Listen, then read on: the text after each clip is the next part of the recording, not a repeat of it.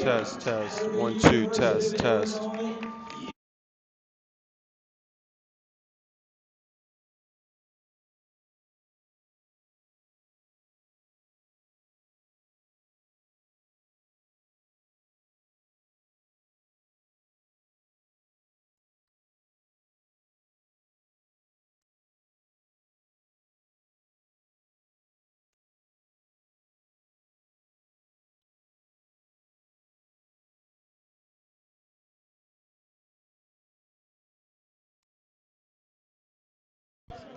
Mic check.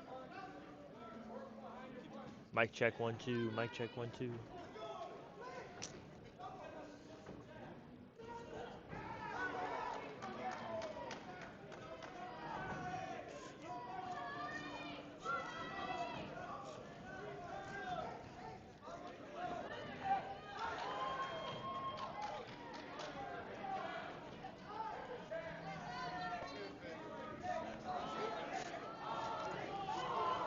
In ring number 3, we're going to recognize our officials.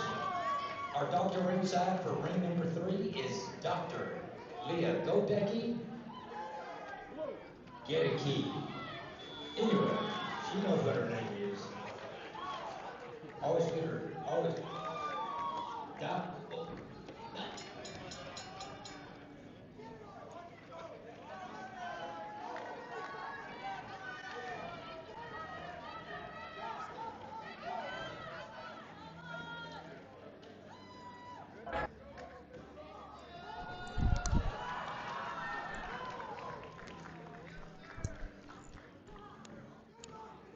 All right, welcome back. Sorry for the technical issues, but we are now up and running. We take on bout number 2, championship bout for the male 160-pound beginners division. Perez Haddad from USC taking on Disla from University of Michigan. Yeah, you know, I was just a live broadcast. There are going to be some technical difficulties, but Absolutely. Thank you guys for continuing to stay patient.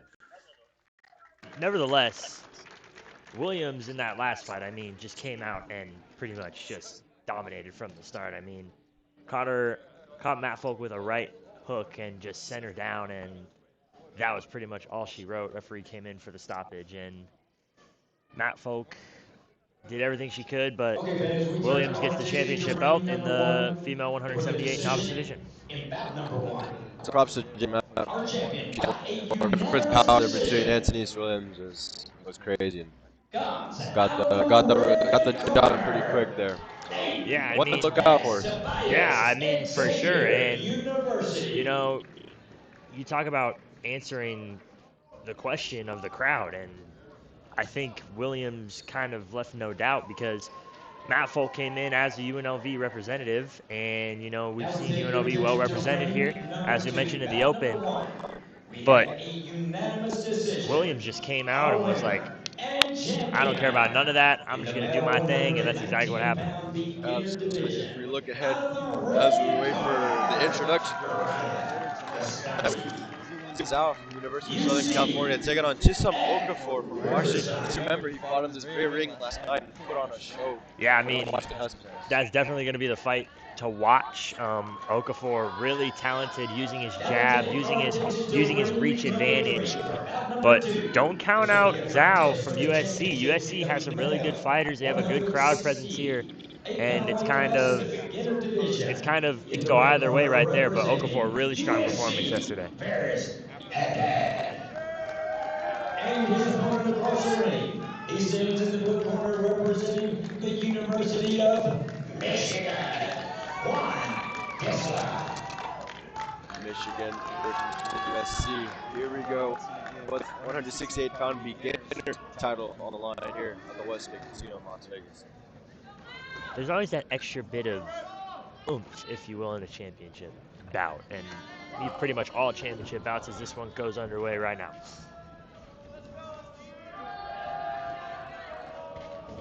Haddad went through South Louis here out of Morehouse to get to this final. And it's unit out of Georgia Tech as they now meet each other in this finale. And through two good programs like Georgia Tech and Morehouse. And Disla caught Haddad with a right hand right down Main Street, and a couple good combinations there early from Disla. Ring number 1, out number 2. This will be a contest in the male 201 beginner division. Referee That is me, our principal. to not In hold the red here. corner, representing Western Colorado University.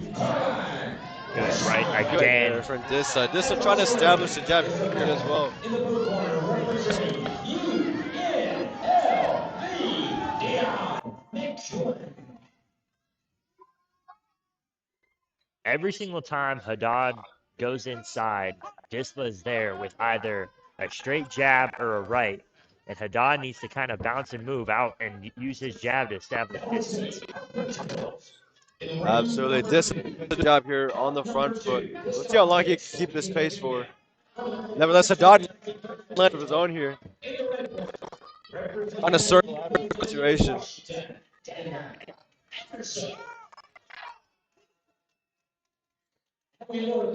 And that's correct. Not count. Not referee was able to count there.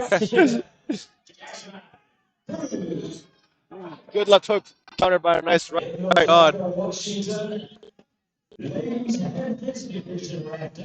Here's Haddad throwing some punches of his own. These guys are throwing with mean intent. Number 1. Let's conclude that first round. Great round from both gentlemen here.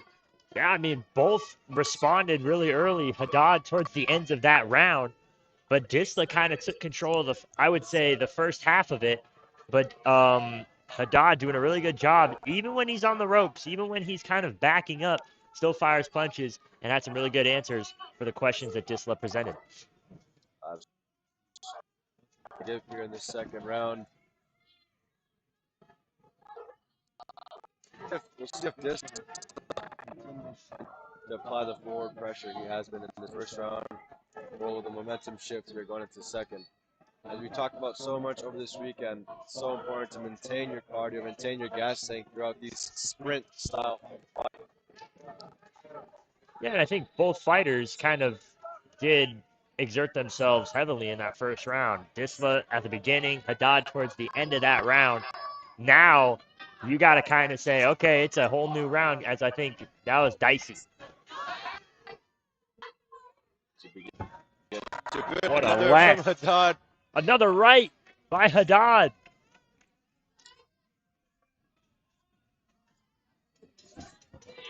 Haddad's starting to come out here in this round. 100%. Both men exchanging blows as they both want it. Going to the body. Good work about these guys. Who is in the ring as the third man in the ring? Evan Silverstein. So body 1-2 there from Haddad. Yeah, Haddad implement body work here. Off the back. USC trying to cut angles here. Good out there from Disla. You see Haddad kind of just move around it and then throw a right and kind of move his head out of the way off the center line. And Disla right now is punching at a whole lot of nothing. Good 1-2 by Disla. As the mouth guard comes out. Mouthpiece Perez out now as a sanitizes it quickly to get his guy back in the back. This is for the mouthpiece fall. Michigan crowd loving it here in Las Vegas. Yeah, and I think Disla's corner told him, kind of hold your right hand still in the guard. That way when you throw with your left, you still have the guard there in case Haddad. Good stiff jab there from Disla. Ooh, as Disla kind of falls off balance there, but nice right there from Haddad. Another right From hand. Disla.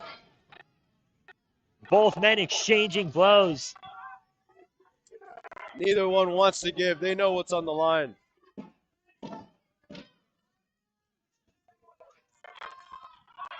Good combinations from both guys. Smith there with the left hook from Haddad. Good second round here. Final round. Yeah, I mean, I would say right now, I would not, this early, I would not want to be an official because this one is a big toss-up.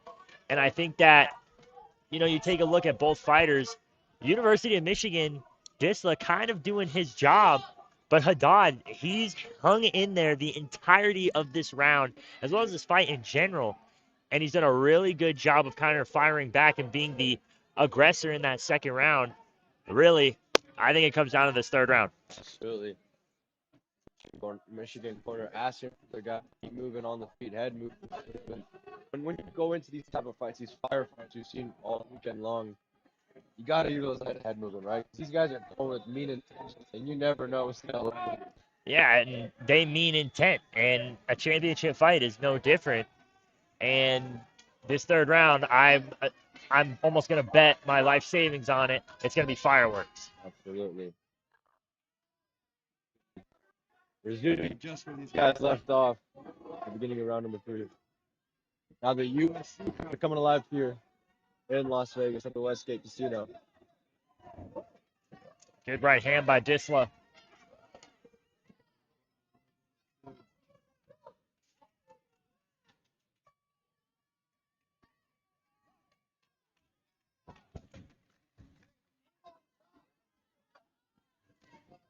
The left hook there from Disla. Good Followed up with left another hand one. by And that is a Disla. count for one. This side of University of Walked Michigan. up, stepped into it, sharp left. He can make the difference in these closely contested bouts.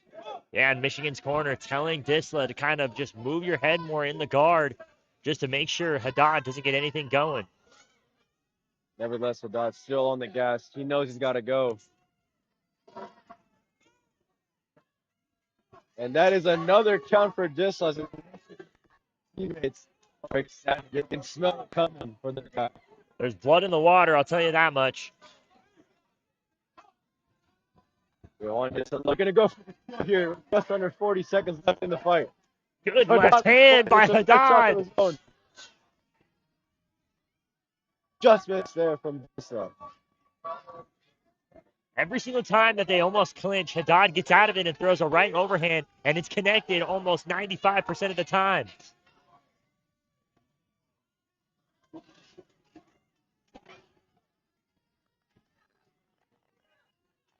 Engaged. Not much left here in this.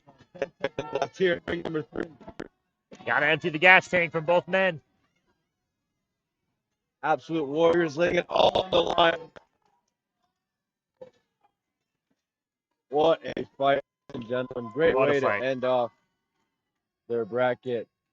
Great sportsmanship shown here by both teams and fighters. Yeah, and I think that both fighters kind of were the aggressors in that match necessarily. I thought Disla came out in the first round and kind of took it to Haddad, but Haddad answered in the second and then kind of back and forth in the third round. But, you know, that fight had everything. That fight had the count. It had good shots from both men, as well as utilizing the body as well, which we've talked about for the past 2 days, not really being utilized as much as it should be. Absolutely. That was another testament of these hungry fighters we see come throughout the Westgate over the weekend, right? These guys are not only fighting for that prize there at the end, but also the experience, right? And fights like these are the ones they'll both remember a long time down in their careers. There's a mutual respect for sure. As we now await the official confirmation for this fight from our ringside. And again, I would not want to be an official scoring this one. I feel like this one was really, really close. Absolutely it was, but one might lean to those standing counts. Indeed. We'll see what the officials say here. We have a professional boxer here, the junior flyweight division. ISIS SEAL, which I heard you just came back from the professional. Okay, well, what's your record? 3-1. Okay, and what do you have on schedule? Anything coming up inside? You've got to work out, you got to stay in shape, right? Yeah. Okay, as an answer, how would you do this?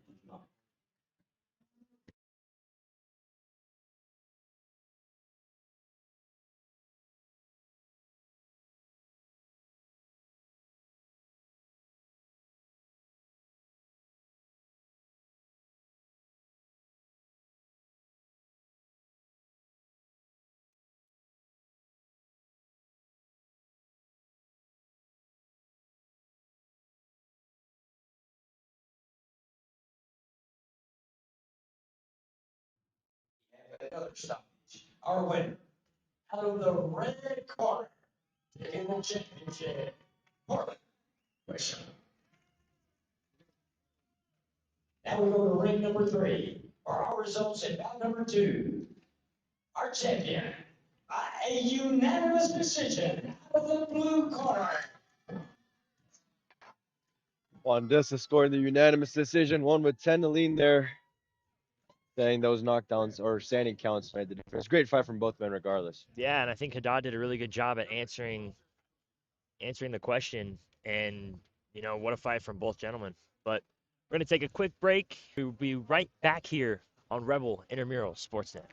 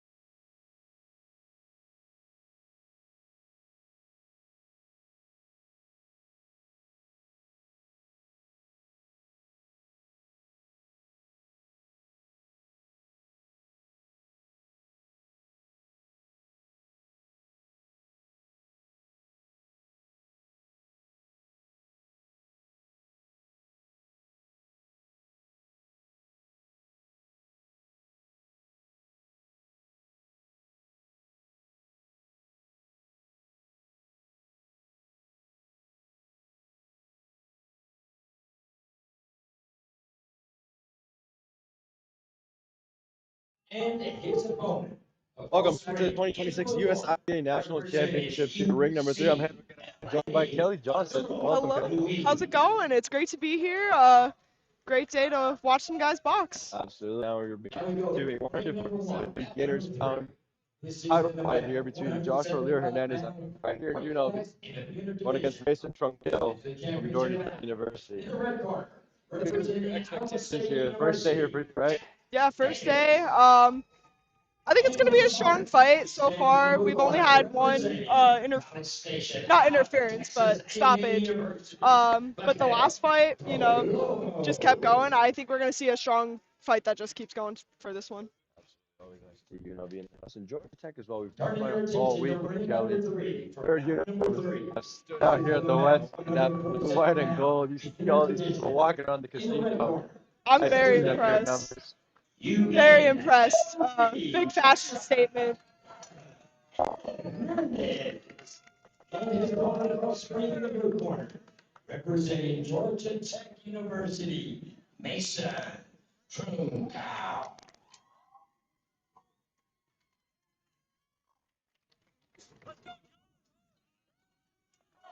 Mason Truncale, Josh Hernandez. You could feel the presence here from the UNLV Rebels.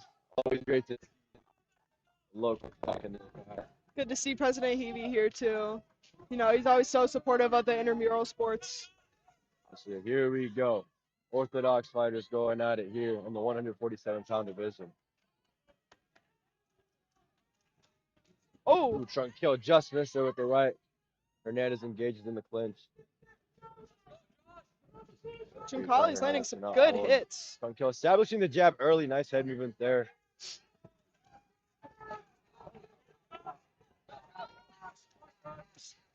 Good jab there from Hernandez.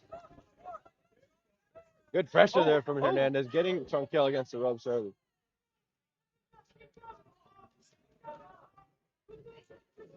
Very clarifying there.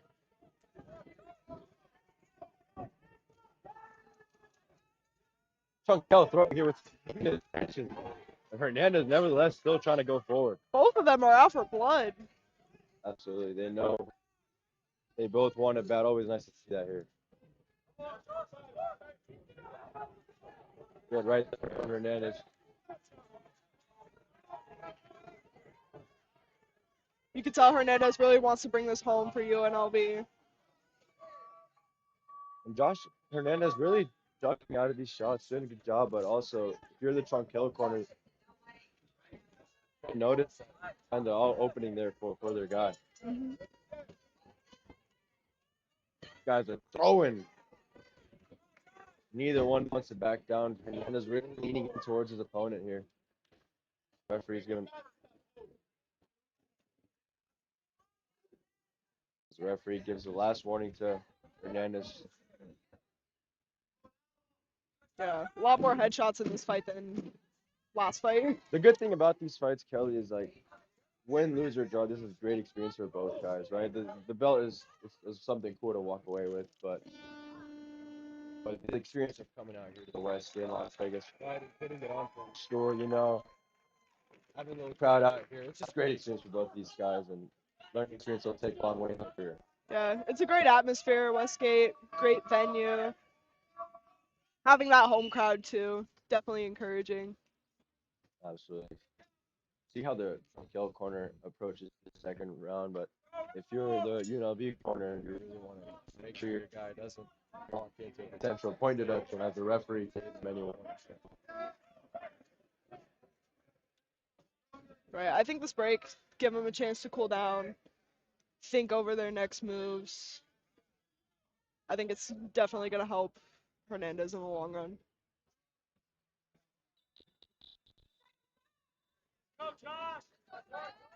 Minding there are 3 rounds of each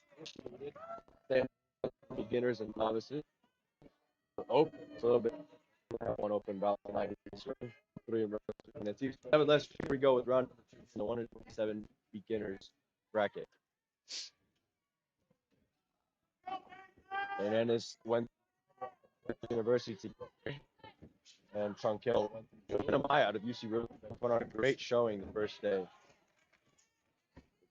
From both gentlemen to get this final round. Both these guys not scared to exchange here in the pocket. Good work there from Truncale, reading Hernandez. Hernandez still throwing with mean intention.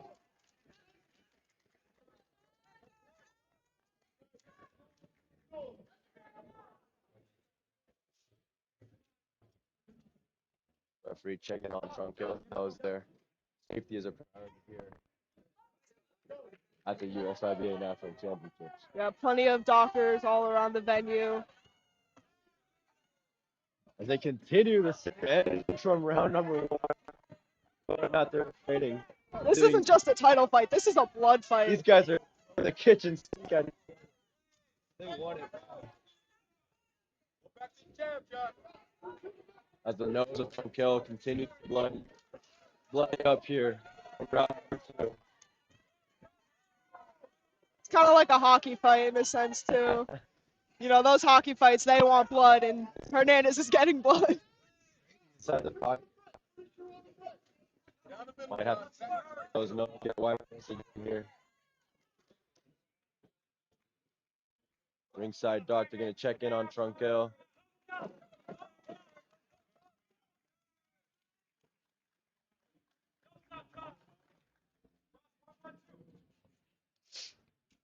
UW corner.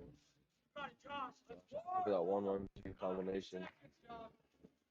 UW telling their guy, hey, he's hurt, he's tired. Good to see Truncale back in here. Both on a great showing here for their schools. UNLV Truncale. You would think Truncale would have the height advantage, but that could also be an advantage for Hernandez, drawing hits to the head, which could lead to point deductions. Absolutely. That is the end of round number 2. This is the fun. It's going to be intense. This is the exciting boxing matches that everyone's been waiting for. You know, see George, your support guy. You can cut the tension with the knife, but the UW.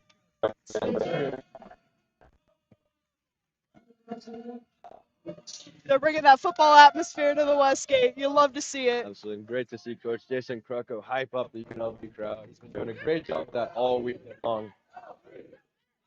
Same story here tonight.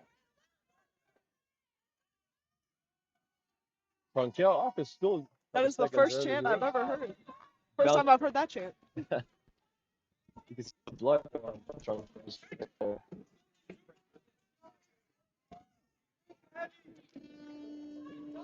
Here we go, third and final round here inside the Westgate Casino in Las Vegas. Ring number 3, Mason Truncale, Josh Hernandez for the 147 beginners bracket title. Oh, solid hits to the face. Nice right hand there from Hernandez. The two engage in the clinch.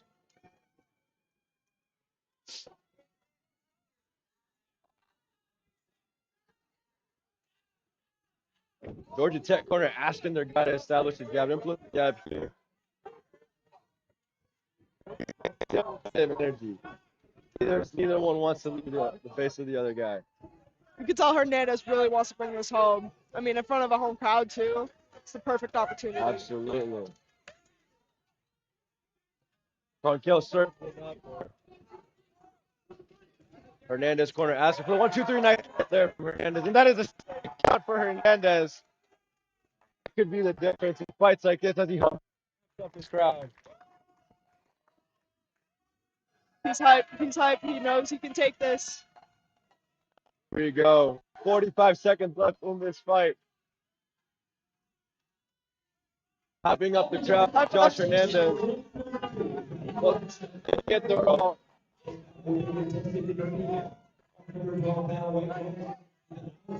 Hernandez.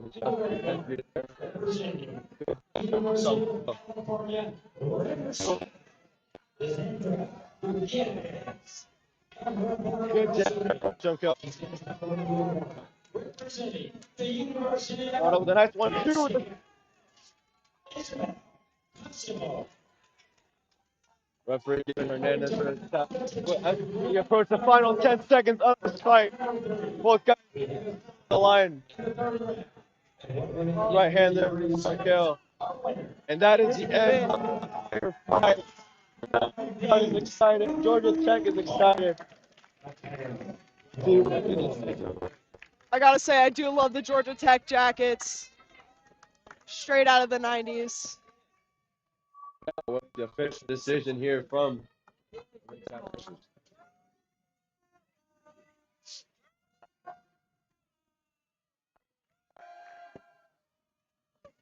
I gotta say, I think Hernandez takes it. Let's take that standing difference maker. Very even fight.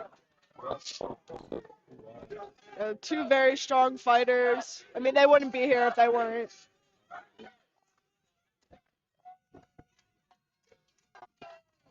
Hernandez is very hyped up. Anxiously waiting the decision. I think he knows.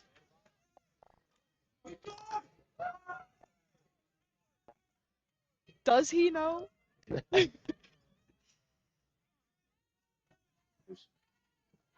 Still simming away confident. Tech crowd now starting to find their guy, Truncale. Good Lord, all the blood on his shirt, on Truncale's shirt. Battle scars. We turn our attention to ring number 1 as we get ready for bout number 4. This contest will be in the male 140-pound novice division. Now let's meet our warriors in ring number 1. In the red corner, representing Virginia Military Institute, Christian Hidalgo. And his opponent across the ring in the blue corner. He's representing Santa Clara University. Now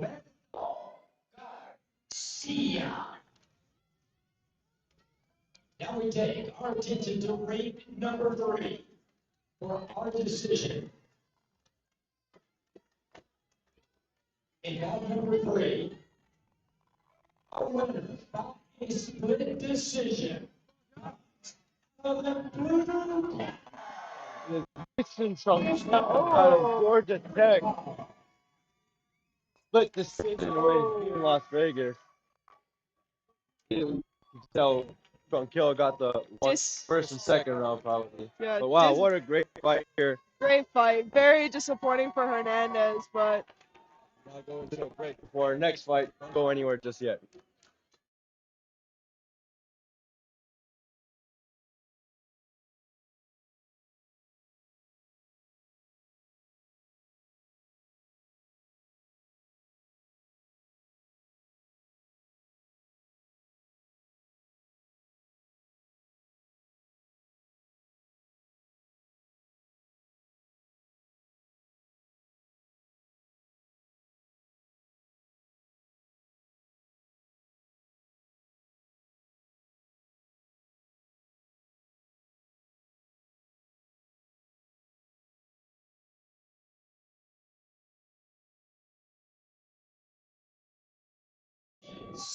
Welcome back to the 2026 USIBA Nationals. We're joined here by President.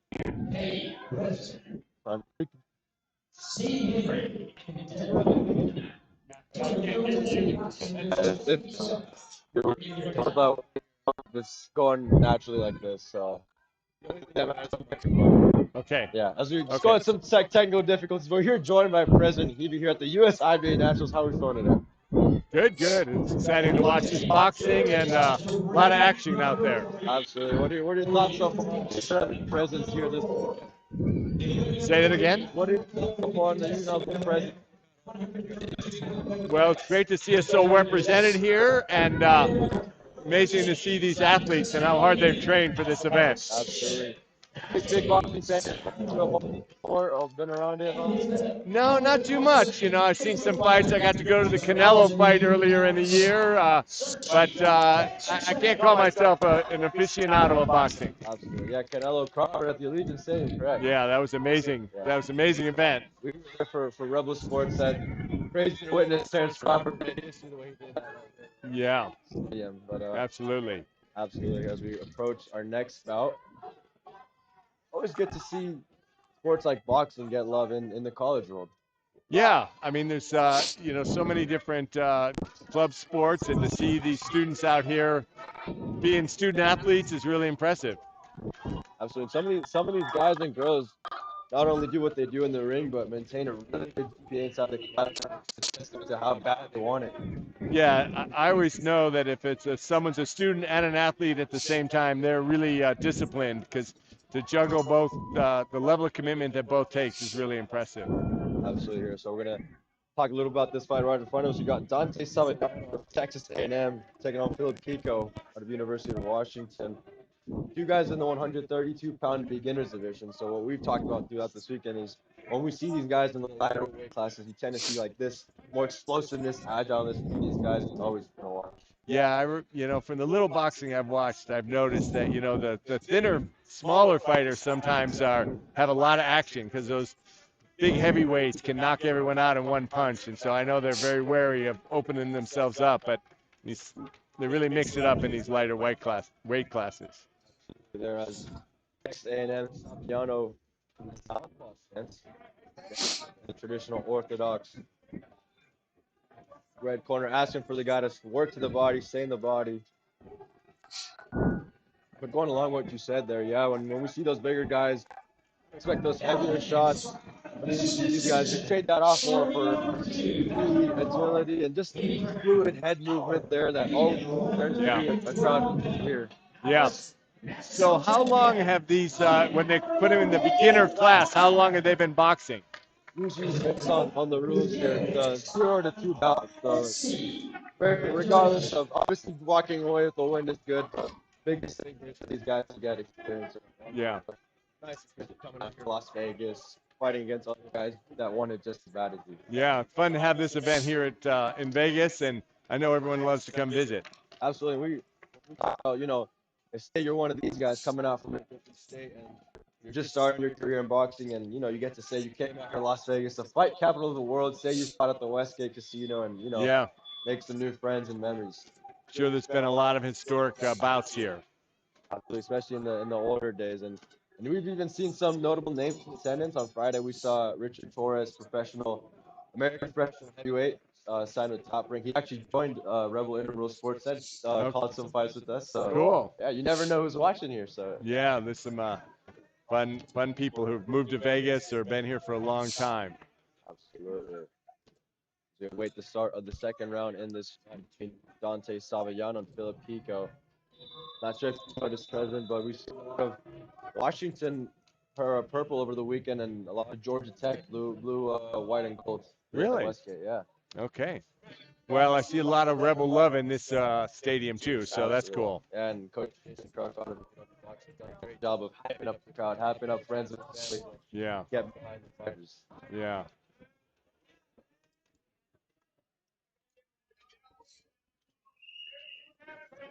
Saviano corner asking for their guy to implement the jab.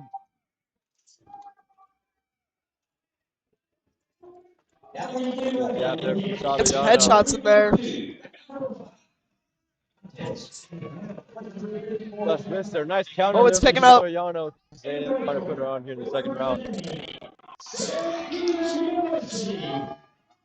Ooh, good dog. Good dog. Good jab there from Saviano. Finds his way. He's trying to find more success here in the second round. Kiko doing a solid job though off the back foot, responding with some shots of his own, but Saviano seems to start coming. Yeah, well, I can see both of them are working hard. I'm impressed that they can keep throwing punches for that long. I know it's not easy. Absolutely. Something we talked about this whole weekend was this being a 3-round, 2-minute, about, it felt like a sprint, President. And so, as much as they want to go out there and maybe get the steady kill right and stuff, you also want to manage your cardio, manage that gas tank, because that adrenaline can fade fast. Yeah. Yeah, I boxed once in my life, and I don't think I could throw punches for more than 30 seconds. Yeah. And then I was done. Absolutely. Yeah, for anyone at home who's in the gym or just done a lot of stuff, you can tell your arms can become noodles after 30, 45 seconds. So. Oh, yeah. Now imagine going for 3 rounds here. Yeah, that's hard work for sure. Here in the clinch. Nice right hook from Saviano to end the round. Nice little sportsmanship there between Texas A&M and University of Washington. Well, they're going through a lot of fights here. They're really got a busy day, but it's tons of action. Absolutely, yeah. We're right now in the fourth bout here, number 3, 4 out of 15, 4 out of 12 in terms of title fights. So we have a lot to look forward here tonight here at the White Casino. We still have another couple UW representatives will be fighting on this ring later today. Dawson, representing the male 188 beginners division. And after him, we'll see Terrell Joyner, vice president of the UNLV Boxing Club, representing in the male 160 novice division. With best of luck to both of those gentlemen later tonight. As we now approach the third and final round between Dante Saviano and Philip Kiko. Fans are on their feet here. What's going to give here in round number 3? Very intense. Saviano corner after further tucking his chin. Stay low.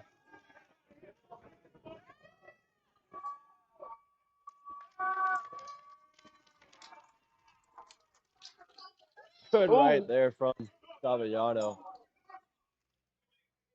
Kiko's doing a good job off the back. Saviano's stepping in all these exchanges.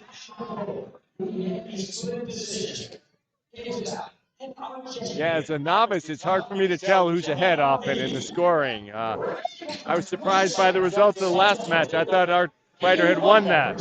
Yeah, we were just talking about that. That was a really close fight, and Hernandez scored a standing count there in the first round. Yeah. But Truncale, off the official team, first and second round, which could be a fair analysis. It's just obviously when you're watching here and you see the adrenaline getting the count, Yeah. kind of sways you away one way. Yeah. But regardless, both fight from great men, and Yeah. obviously that's a tough act to follow there. But these guys help as well. Yeah, they're definitely giving it everything they got. Pressure on Philip Kiko. Pushes Kiko backward. Nice right hand, gets Kiko off balance and scores the standing count for Texas A&M. The UC Irvine crowd is really helping out. Absolutely, just under 20 seconds left. Dante Saviano's been putting on a show here tonight. 10 seconds left here in ring number 3. Saviano's going for it. Kiko not giving up either. Continuing to trade mean throws. And that is the end of the fight. Great fight from both of these gentlemen in the male 132-pound division. Great fight we just got treated. Great fight we just got treated to there, yeah. Yeah, they really mixed it up hard, and very impressive win. Absolutely. Now wait. Decision from our ringside. Yeah. For those joining us now on this, we have official ring announcer announcing the decisions from all 3 rings. So we got to be a little patient here. Yeah. For ring number 3 to get its decision. Yeah. Now here we go to ring number 1. From the production number 1. This will be against the man. 140 pounds. The English division. In the red corner, representing Indiana University. And in the blue corner, representing UMass. This is a great sight to see here as Isis CO, female boxer in the professional world, making her way out here to Las Vegas after a she recovered well. Now she's here, getting back to go wrap the belt around the winner of this fight here. Number 3. For our decision, we have our junior flyweight boxer to present the title. And the title is determined by a 4-1 split decision. And our champion,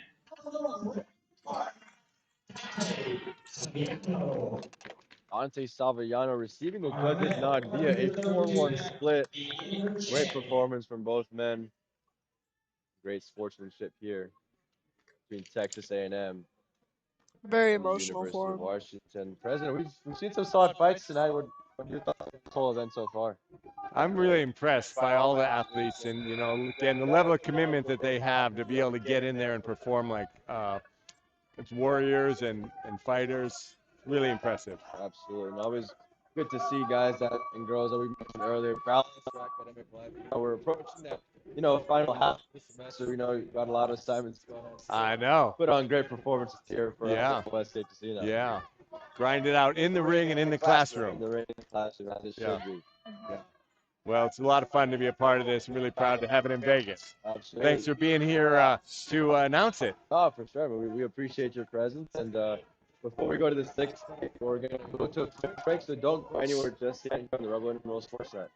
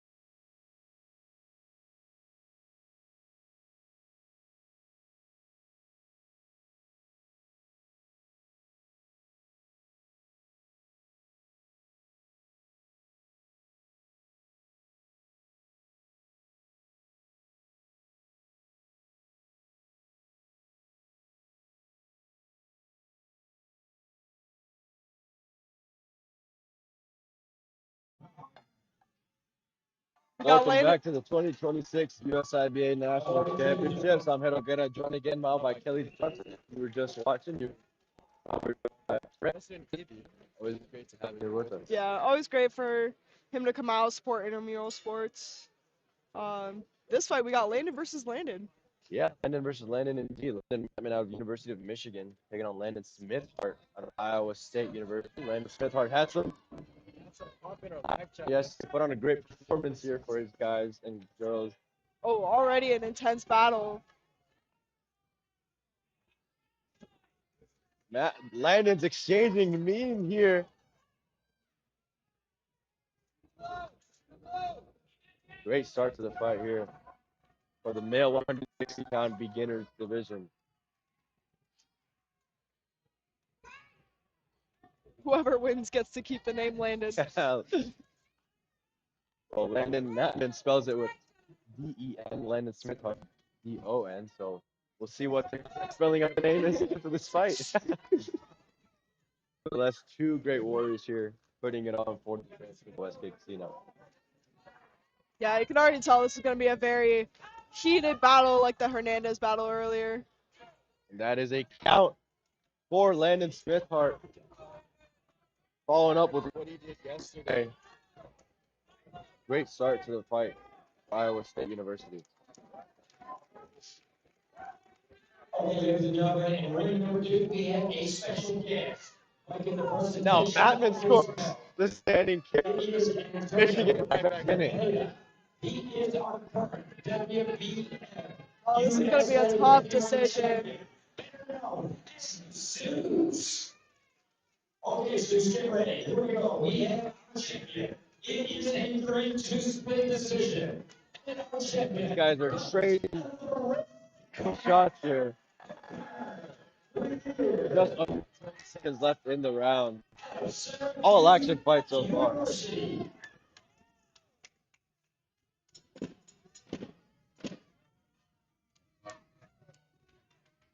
5 seconds left in the round. Both guys, nice right hook there from Landon Smithart to end the round. These boys did not come to play around. Yeah, neither fighter's going down. I think it'll take a solid right hook. Absolutely, we see To the bring one of them corner down. Landon Maatman, University of Michigan, giving their guy advice. They were here earlier in this very ring. The guy Disla, who walked out with the male 168-pound title in the beginners division. So we'll see if those guys can go 2 for 2 here in ring number 3 today. Great fight so far. Standing count each through round number 1. Reminding you guys, if you see 4 standing counts out of one fighter, that ends a fight. Or if he gets 3 in one round, that also ends a fight. So rounds of 2 minutes each if needed. Here we go, round number 2. Both fighters glove touch there.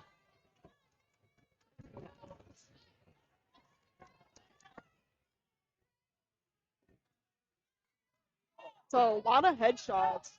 Absolutely, these guys are working upstairs. Very. I'd like to see one of these guys incorporate some more work to the body. Could be a difference maker. Here, nice right there from Landon Smithart. Gotta clarify who we're talking about there. I wonder if there's any previous beef between. Oh, there's some And blood that's on. out from Landon Smithart, making it 2 for the fight. Opening up the nose of Yeah, blood on Landon Maatman's Maatman. face. Maatman's so determined to go in there. From Smithart again. Maatman responding with some nice shots on his own. He's finding a lot of success here. Left, right. Good left hook there from Landon Maatman. Looks like Maatman's getting a little tired. I could understand why. The referee calls for time here. Gonna go check in on the nose of Landon Maatman. Smithart's got a little bit of blood on the nose too. Absolutely. We're gonna get the ringside doctor involved there, give a little clearance and wipe on the nose of Maatman. These guys came out to fight, man. Both have hearts of warriors here. Always love to see Wonder if there's any previous beef between the two. that. They already fought for who's the better landed. Do the better left of the beat tonight. It's like Maatman's shaking it off. Nodded at me as I said that. Now Perfect. checking on the nose of Lennon Smithart.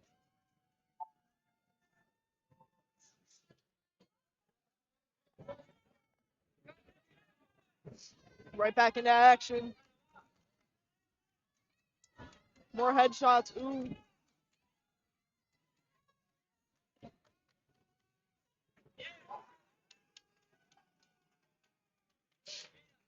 Good jab there from Lampman.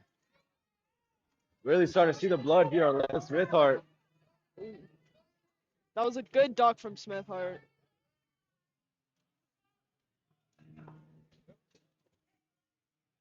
And we see a headbutt here. Now we turn our Here at ring attention number to 3. ring number 1. Ringside doctor's also going to take the time to check in on Smithart. The former Nose. UNLV tied in the WBF USA heavyweight champion, the Mexican-Russian Antonio Zepeda. Owner by a 3-2 split decision in ring number 1, number 5. Comes out of the blue corner. The red call. Usiba.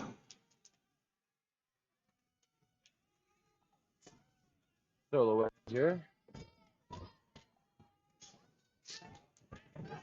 Lennon Maatman bouncing on his feet. Go. Yeah. Adrenaline pumping. Ready to get back into it. 20 seconds left in this round number 2 whenever we get going back again.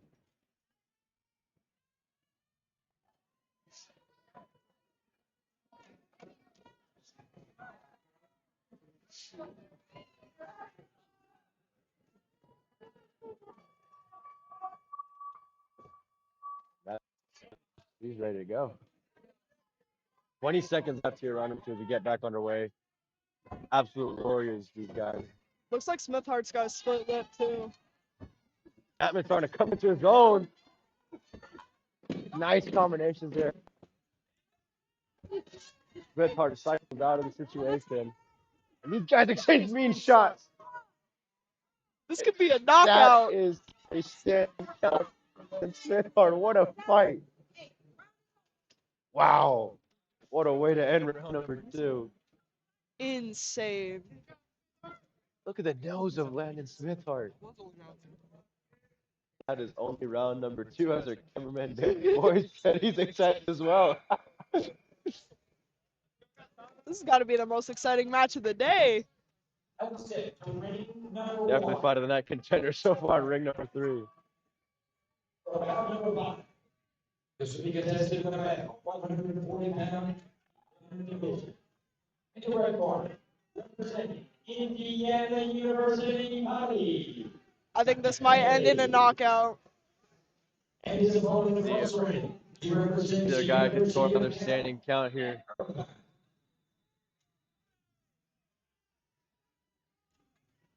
Here we go. Battle number 6. Battle number 6. This will be in the male 147-pound beginner division. In the red corner, representing. All right, round 3 about to start. El Mutia. And his opponent across the ring. In the blue corner, representing UCal Irvine. Darius Gay. Checking in on the Landon Smithart. Really taking a lot of shots. Been a bloody fight here. Yeah. Round number 5 and ring number 3. At the end of the day, they are students, you know. They are still developing, you know. Got to make sure. So yeah, USIB has done a great job so far this weekend. Safety first, right? Don't want to put any of these guys or girls in unnecessary positions. So always good to see The fighters being looked Exactly. Great doctoral staff from everyone. Good sportsmanship there from both Landon. They continue where they Lots left of off, headshots. and that is a count for Landon Smithart. Smithart is crazy. He checked in on the doctors and immediately goes to score another standing count. And that is the fight. Landon Smithart has got the win after getting checked in by the doctors. And you can see what it means. Landon Maatman's frustrated, but nothing to hang his head low. He's put on a great showing here for everyone involved. Wow, what a fight. Absolutely insane. As the referee clarifies to Landon Maatman why he made the call. Absolutely Going along brutal with what we were loss. just talking about, safety is first here at the USIBA National Championships. These guys are students and boxers. Protect longevity as much as you can.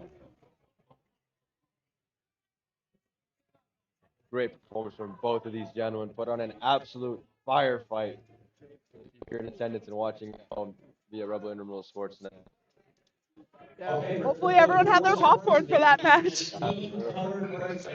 This is a professional bonus. The captain progress. It's a team.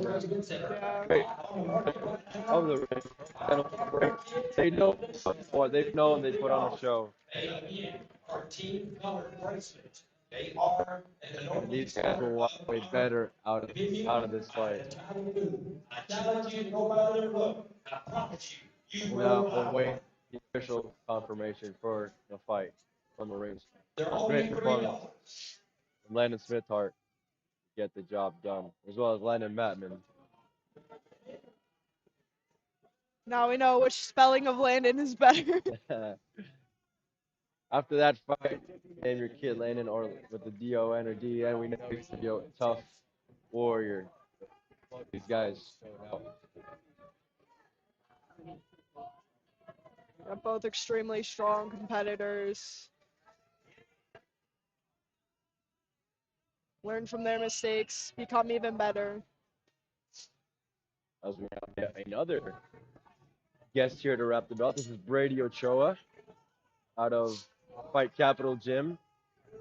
Recently signed with Zuffa Boxing. He scored the first ever draw in Zuffa Boxing. Fun fact for those of you who don't know. Now he will present the winner of this belt. Our results for rank number 3, number 5, and presenting the championship belt is the hottest and youngest Zuffa Boxing signee at 135 pounds. This young man is undefeated with 1 draw. That's 9 wins against 0 losses and 1 draw. Let's welcome Brady Ochoa. Thank you, Brady, for being here. Now let's go for our official decision in ring number 3. There is a stoppage in the third round. And our champion, out of the blue corner, Landon Smithart.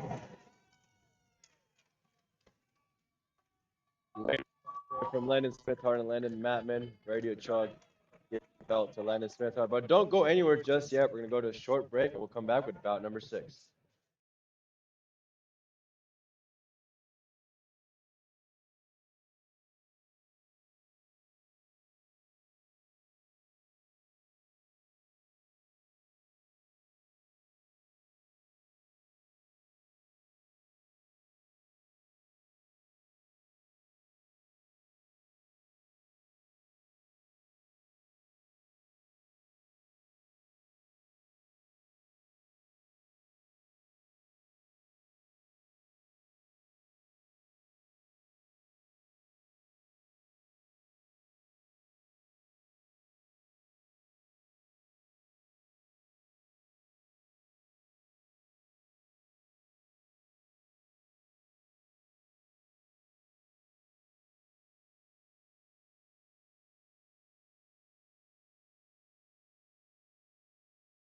All right, welcome back to the 2026 USIBA National Championships. I'm Gonna now joined by Darren Boyd. Darren, welcome to the booth. Thank you for having me, y'all. Thank you for having me. These fights so far have been fantastic. This is like my first time being ringside, and so far the fighters have not disappointed. I Absolutely. gotta admit. And you were just cameraman for that last fight between Landon Maatman and Landon Smithart. What a war. Man, you telling me, man? Like you said before, the dude in the blue corner, man, his nose got busted up. You can see it all in his lips. Man, the red, he was not happy about that stoppage. Something Yeah, he else, was not truly. happy about that stoppage, but at the end of the day, we want to see these fighters stay safe, right? Both these guys are putting on great punishment on the other. Honestly. Safety is first here at the USIBA National Championship. Of course, of course, of We course. now approach bout number 6 and ring number 3. Justice Stewart out of Cal State University, Northridge. Hometown? Gregory Shykown from University of Michigan in the male 188-pound division. Here we go, here we go.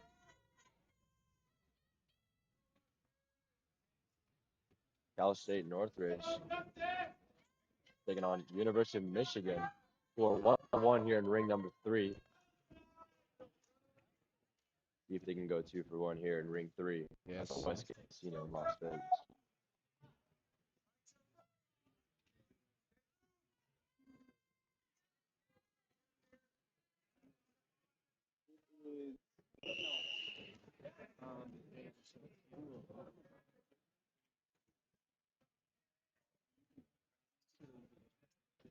Okay, fans, we take your attention to point number 2, bout number 7. This is contest in 160 pound beginner division. In the red corner, representing the University. Man, as a professional here, what do you think of the what do you think of the officiating so far? As the more experienced one here. I think it's been a great job from all of our ringside officials here. I can only speak for ring number 3 as we've been here all day long, but they've gone the right winners so far. Yes, sir. Also protecting the safety of the fighters here. Copy that for sure. Yeah. Number 6. This will be in the male 188 pound beginner division. In the red corner, representing Cal State University, Northridge. Stewart. In the ring. In the red corner, representing the University of Michigan.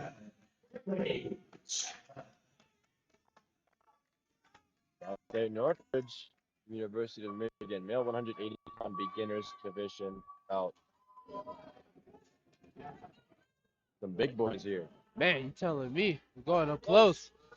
Getting dwarfed.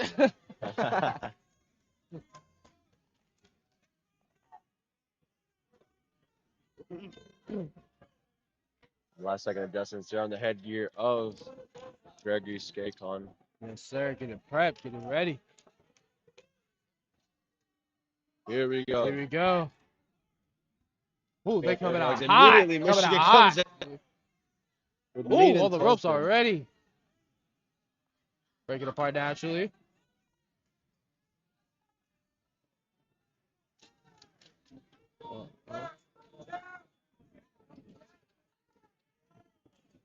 Woo! All right, 2 good shots for Justice.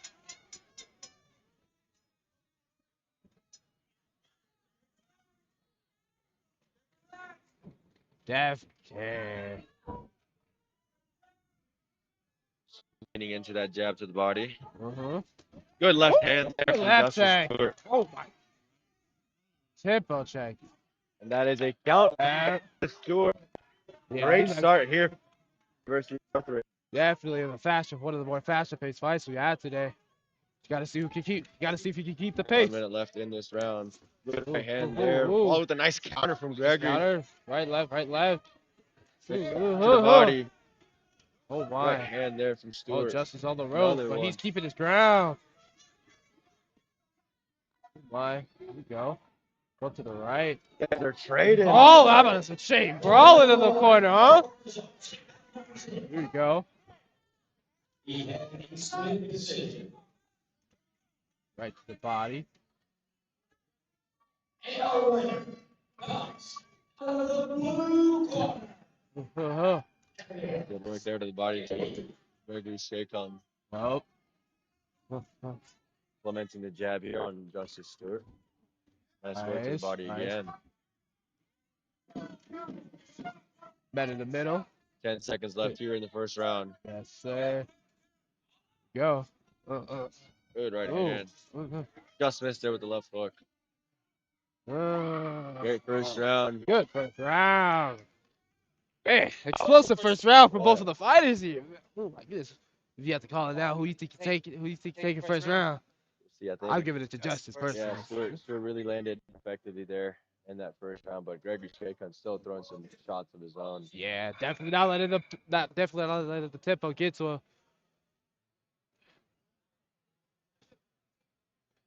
Great fights.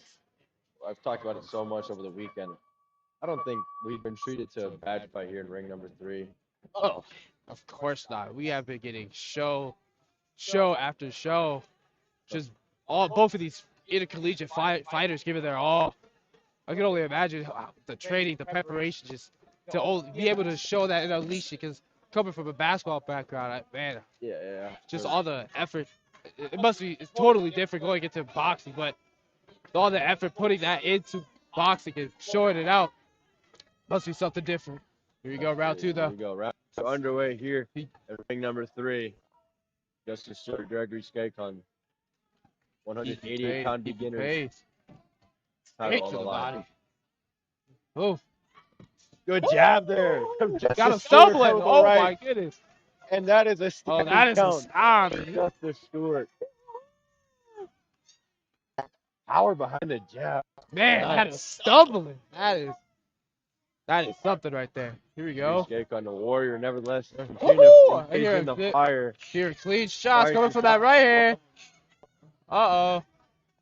I think he's found the shot he's like. Right side. Right from Justice Stewart. Oh.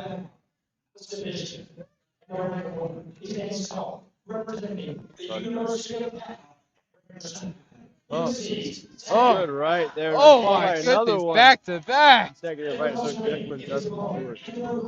In the hold.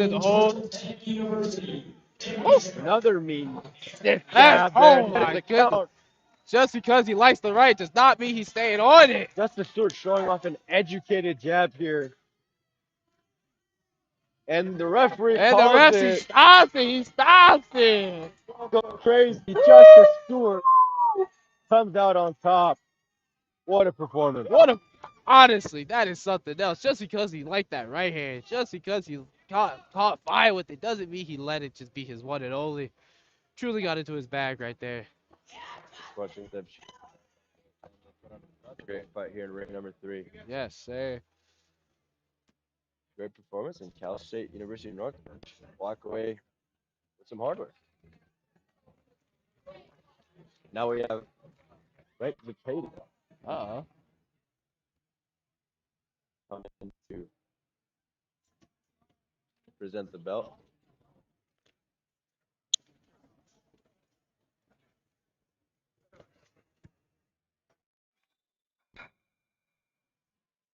As we await the official confirmation for ringside officials. Yes, sir. Yes, sir.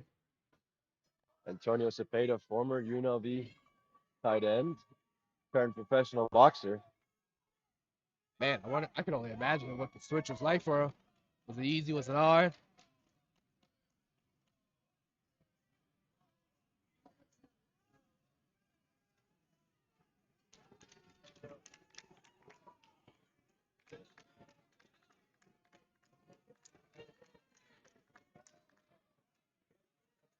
Antonio Cepeda, part of the 2016 UNLV football roster. Hometown out of Phoenix, Arizona. Go Phoenix. Shout out my Phoenix people. Shout out.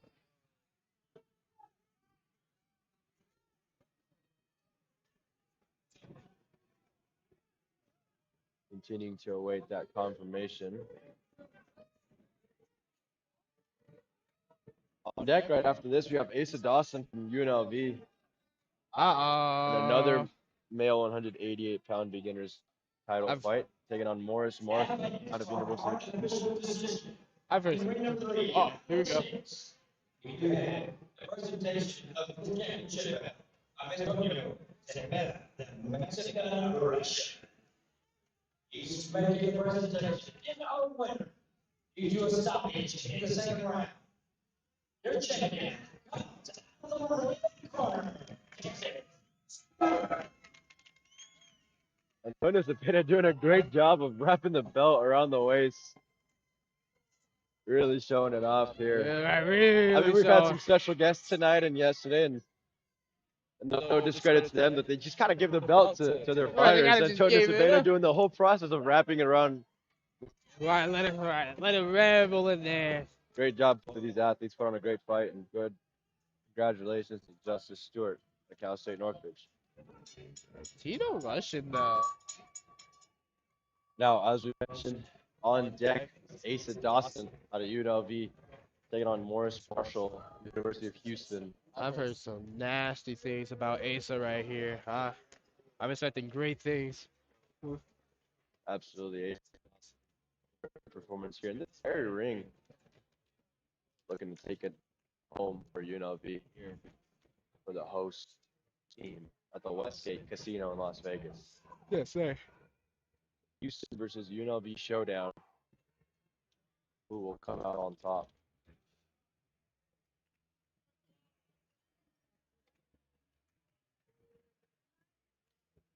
Asa Dawson, if you guys were here with us last night, we kind of just talked about how nonchalantly he applies pressure to his opponents. Doesn't really see the face, and it's always good to have peace among chaos. Yes, sir. Yes, sir. Keeping that poise. As you see, if you keep that poise, you can set the tempo, make them play to you. If they can't do it, you control the entire fight. Absolutely. In ring number 2, champion. In ring number 2, comes out of the blue corner, Noah. This is the unanimous decision. Which university? Washington.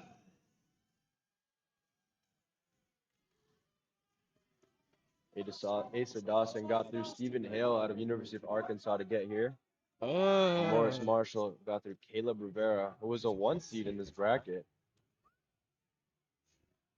No, wait, ring intros. This contest will be contested in the male 188-pound beginner division. In the red corner, representing UNLV, Disla.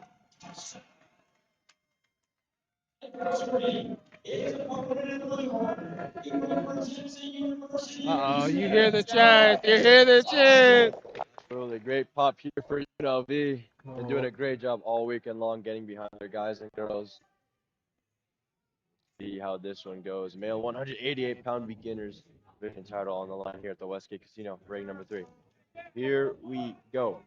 Here we go. Here we go. And round number 1 underway here. Oh, no bump. No bump.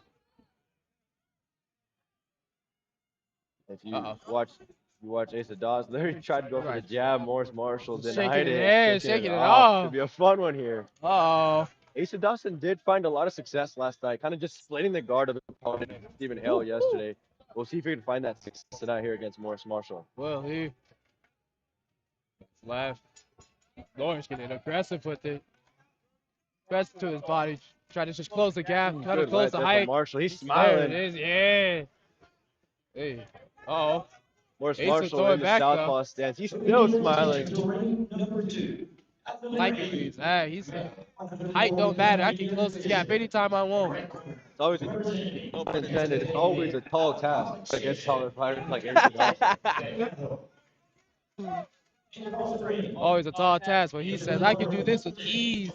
Mountain picks, skis don't matter. Yeah, Morris Marshall is smiling, but you got to watch out. The pressure of Asa Dawson, man. Just relentless, scary pressure. Nothing you want to stand in front of. Exactly. Nice. Ooh. Trying to get to the body. Ooh. No showing ship head movement there from Morris Marshall. Oh, I'm trying to show out.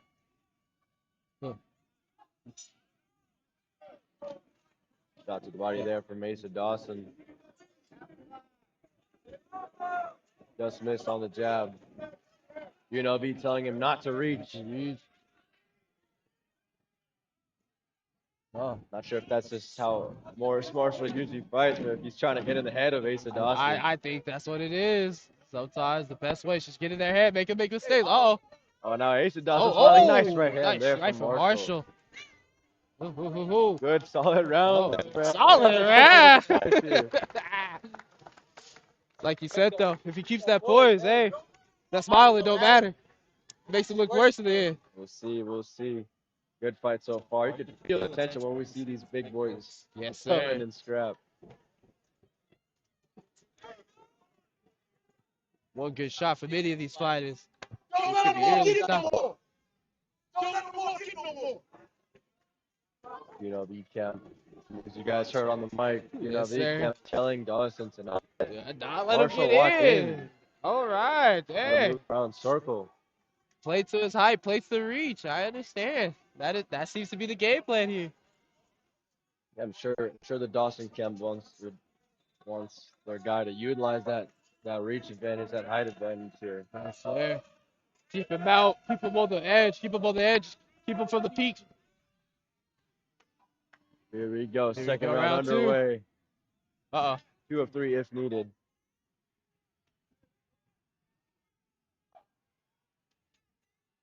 Here we go. Marshall gauging it out. Oh! Okay.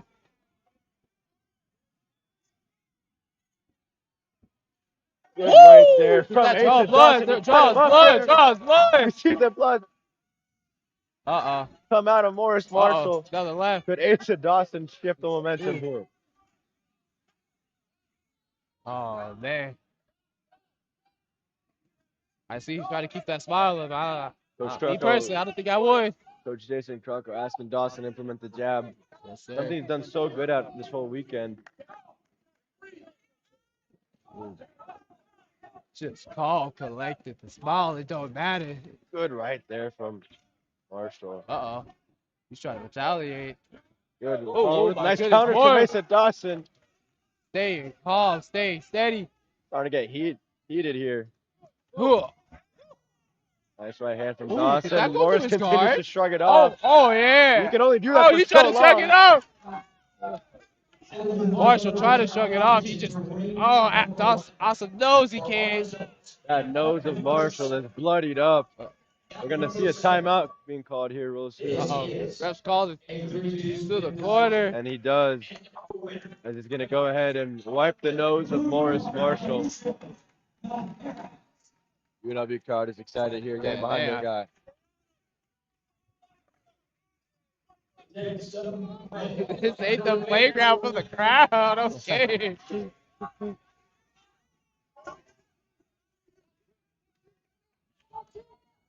Fucker asking for that 1-2. Morris Marshall in the back foot with that, boy.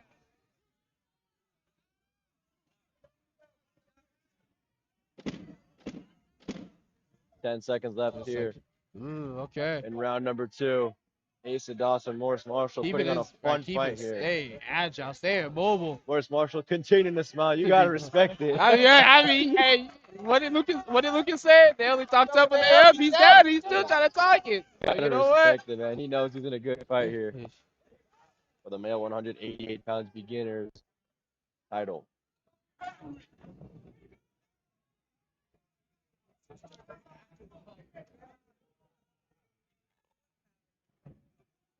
So if you're the Marshall corner, right, you see Asa Dawson really come alive in this time of fight.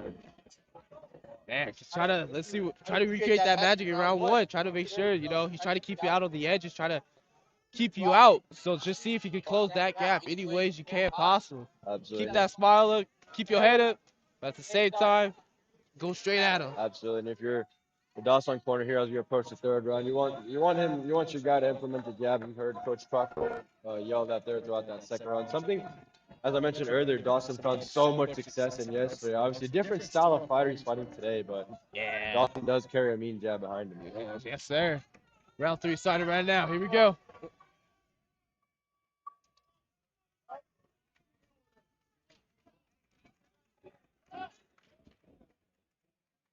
The bit more of a patient approach from both guys Yeah. here to start the start and final round. Nice. Marshall throws it right. Just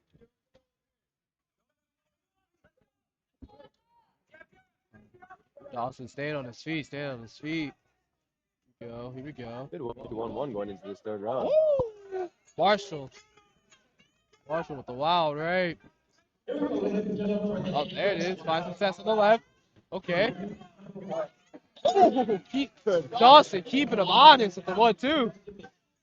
Oh. Dawson really starting to find his range here. Yeah. Utilizing that reach, that scary reach he's got. Scary. I mean, seriously, he is keeping him on the out. Oh, more blood splatter. More. Marshall continuing to smile. Says a couple words, can't quite catch what he said there. Me But neither. nice, he follows up with a nice Oh, left hook. oh. And that is a standing That is count for standing Morris count. Marshall. Here we go. Huge shakeup to this fight. Yeah, but I mean, seriously though, look at his nose though. It is just all out there. Dawson Dawson clean telling face him to right go. here. We got 25 seconds left. 25 left. Here we Both go. guys gonna leave it all here. Oh, on the ropes. Good clean shot straight here from guys. Yeah. Here we go, on the ropes. Seconds left All in right, this fight. seconds left. 10 Are they seconds gonna left. get aggressive? What's left? Who wants Is it it more? in the Both tape? guys trading V Woo! shots to end this round. Hey. Good shots there from Marshall. On both sides. Heavy. What What a ladies fight! and What gentlemen. a match! Love to see the embrace Good of sportsmanship sportsmanship there. from both fighters. Yes, sir. Wow. What a fight. Man, And look, Marshall to see came out that Coach heavy and UNLV aggressive those coach first 2 Jason rounds. Krauko helping out the opponent, Morris Marshall, take off the gloves. It's all respect here at the USIBA National Championships, right? The belt is cool. Walking away with the win is cool, but it's about the experience these fighters are getting I mean, of as course, they we're continue to improve. exactly, man. We're all in college. We're all just trying to do this, stay active, stay in shape, doing what we love. So at the end of the day, it's all love. Can't take it too hard. Absolutely, regardless. We'll see what the decision will tell here as we continue to await the official Yes, sir. What we got? decision from a ringside official here in ring number 3. Fight between Asa Dawson and Morris Marshall.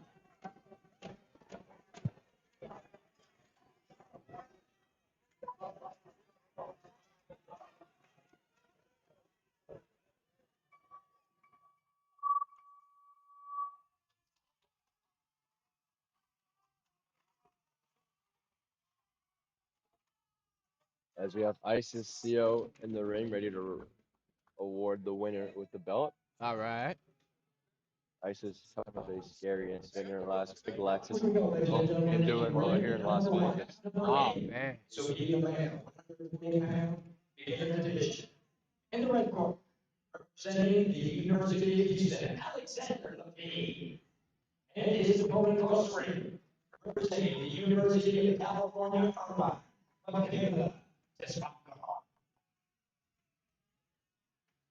and for our decision in ring number 3, out number 7, we have a 4-1 split decision, and our champion, out of the red corner.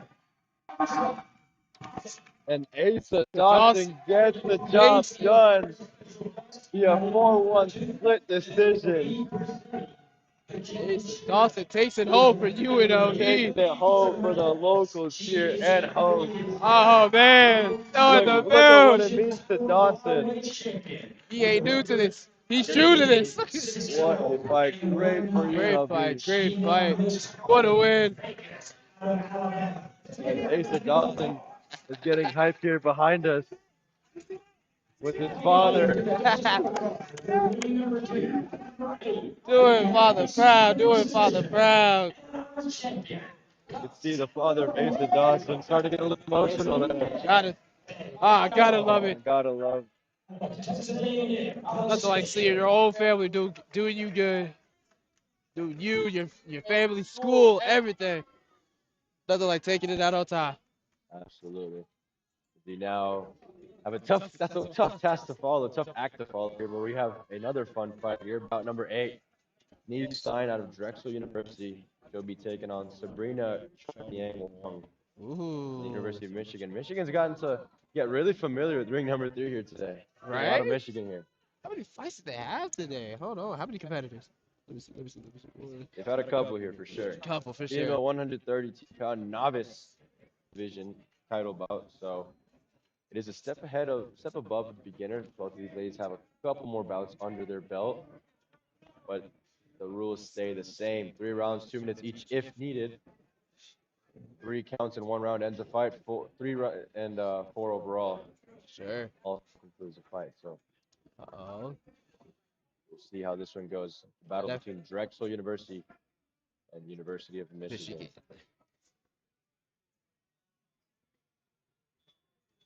Just over halfway with action here in ring number 3.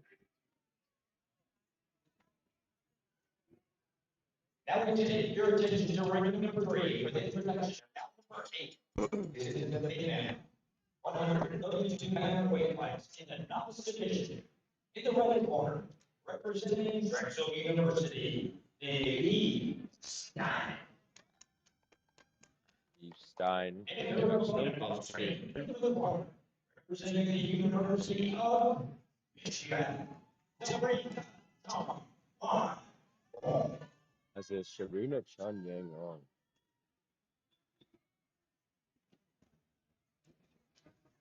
Second female out here in ring number 3 for the day. Yes, sir. These ladies have been putting on amazing performances throughout the course of the weekend. Definitely. All right. Hope to see what now as we get underway in round number 1.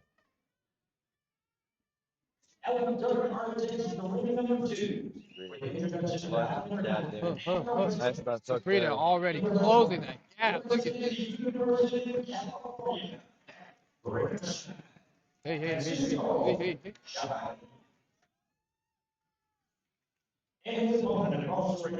Sabrina trying to mix it up, going high and low, low, high, low, high.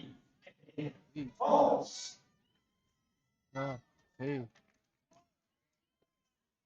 Just missed there from Sabrina with the right hand. Steen really implementing her jab here early on. Hasn't quite yet found her distance. Definitely trying to use her reach advantage, but Sabrina closing that gap. Nice shot once again. Good Good head movement there from Sabrina, but eats a couple on the way up. See? Nice, slips a good left. Steen corner asking their fighter to go to the body, put some work to the body of Sabrina Chun Yang Wong. Yes. Cool.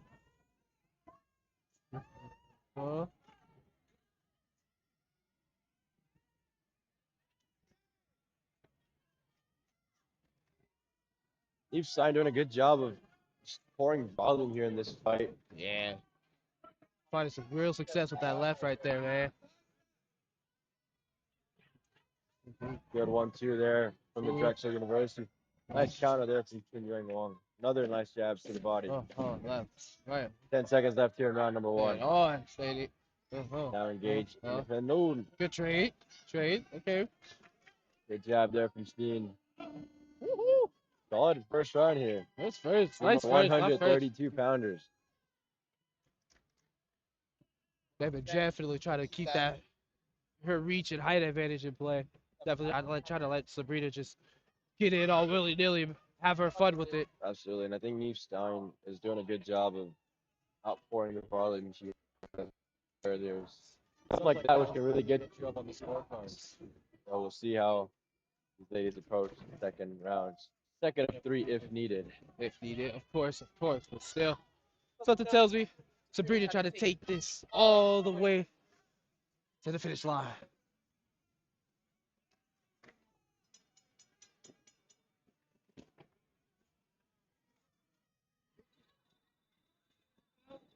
Reminding you, after this, we'll have 2 more back-to-back University of Michigan fighters step into ring number 3. Ring number 3 has become home to Michigan University. I want to say, it'll be another home for Michigan at this point. But round 2 is currently on the way.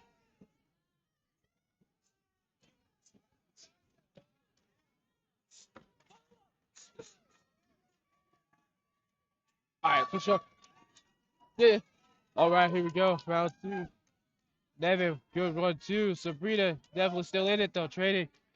Devin with the left. Ooh, Devin almost caught her with that right. Sabrina throwing the left. Sabrina initiated with the left again. Oh, Devin trying to keep her steady with that left hand though. Hey.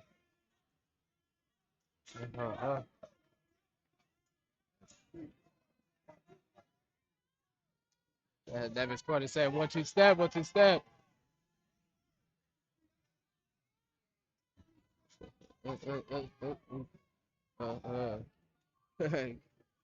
Pop for the coach. Devin's coach says he's still doing right. Woohoo! Good right from Devin. 1-2.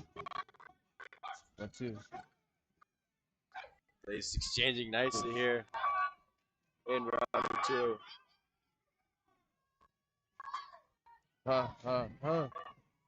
Sabrina trying to stay in there. She's bringing the fight to her. Doing some nice shots. Devin with another engage. Who? Double jab there from Sabrina Chunyang Wong. Ooh. Right there from Chunyang Wong. But again, All right, not letting that stop her. Just I'm gonna play my game. You're not gonna stop it. Here we go. getting hype as we end the second round over. We've got a fight here. And that right. That's definitely gonna play into how judges score this round. But never letting up. This is my game. I'm gonna play how I want it. But Sabrina's definitely struggling with that. Absolutely.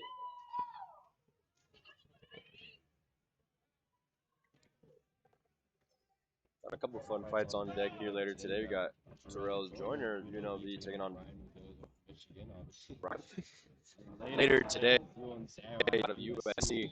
188-pound open. Up above.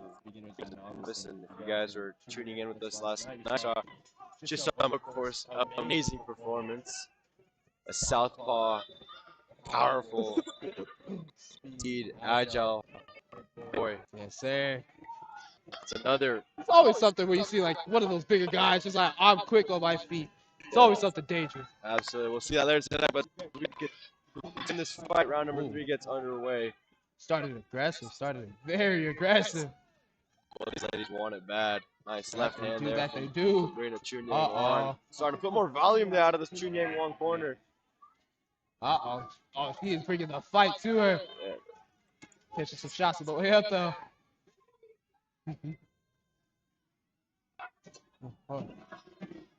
As you hear Sabrina chant in the Westgate. Got her support. Oh, man. Jab there from Steen. Sabrina still walking it down.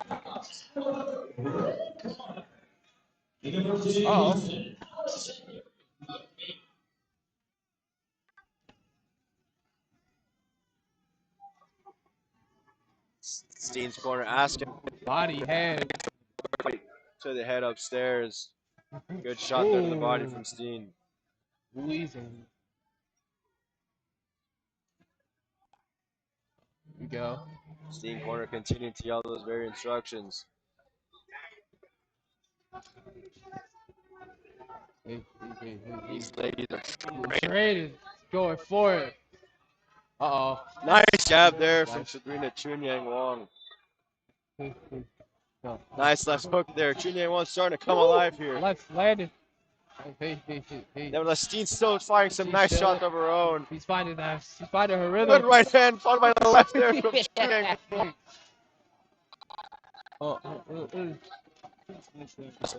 Just 10 seconds left. 10 seconds left in this. Woo!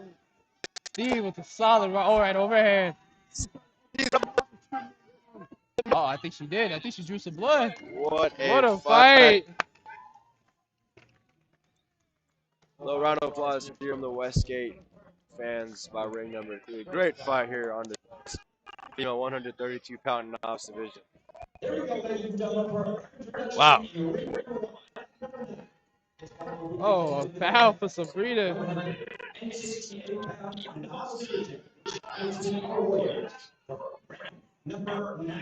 Yeah, both Warriors here.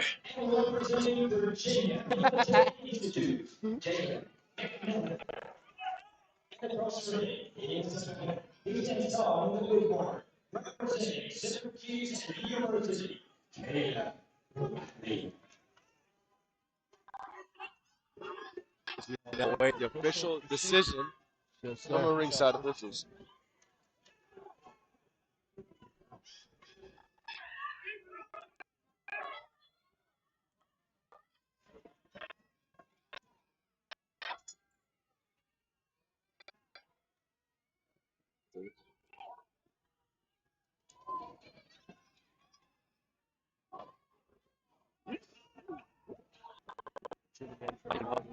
Official ring announcer here.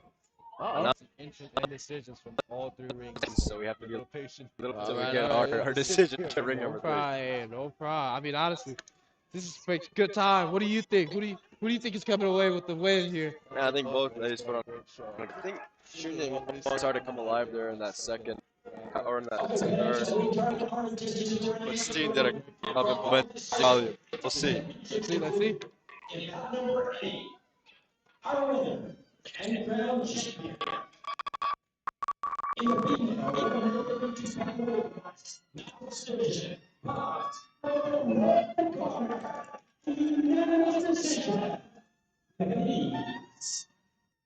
Devine Stein getting the unanimous decision nod.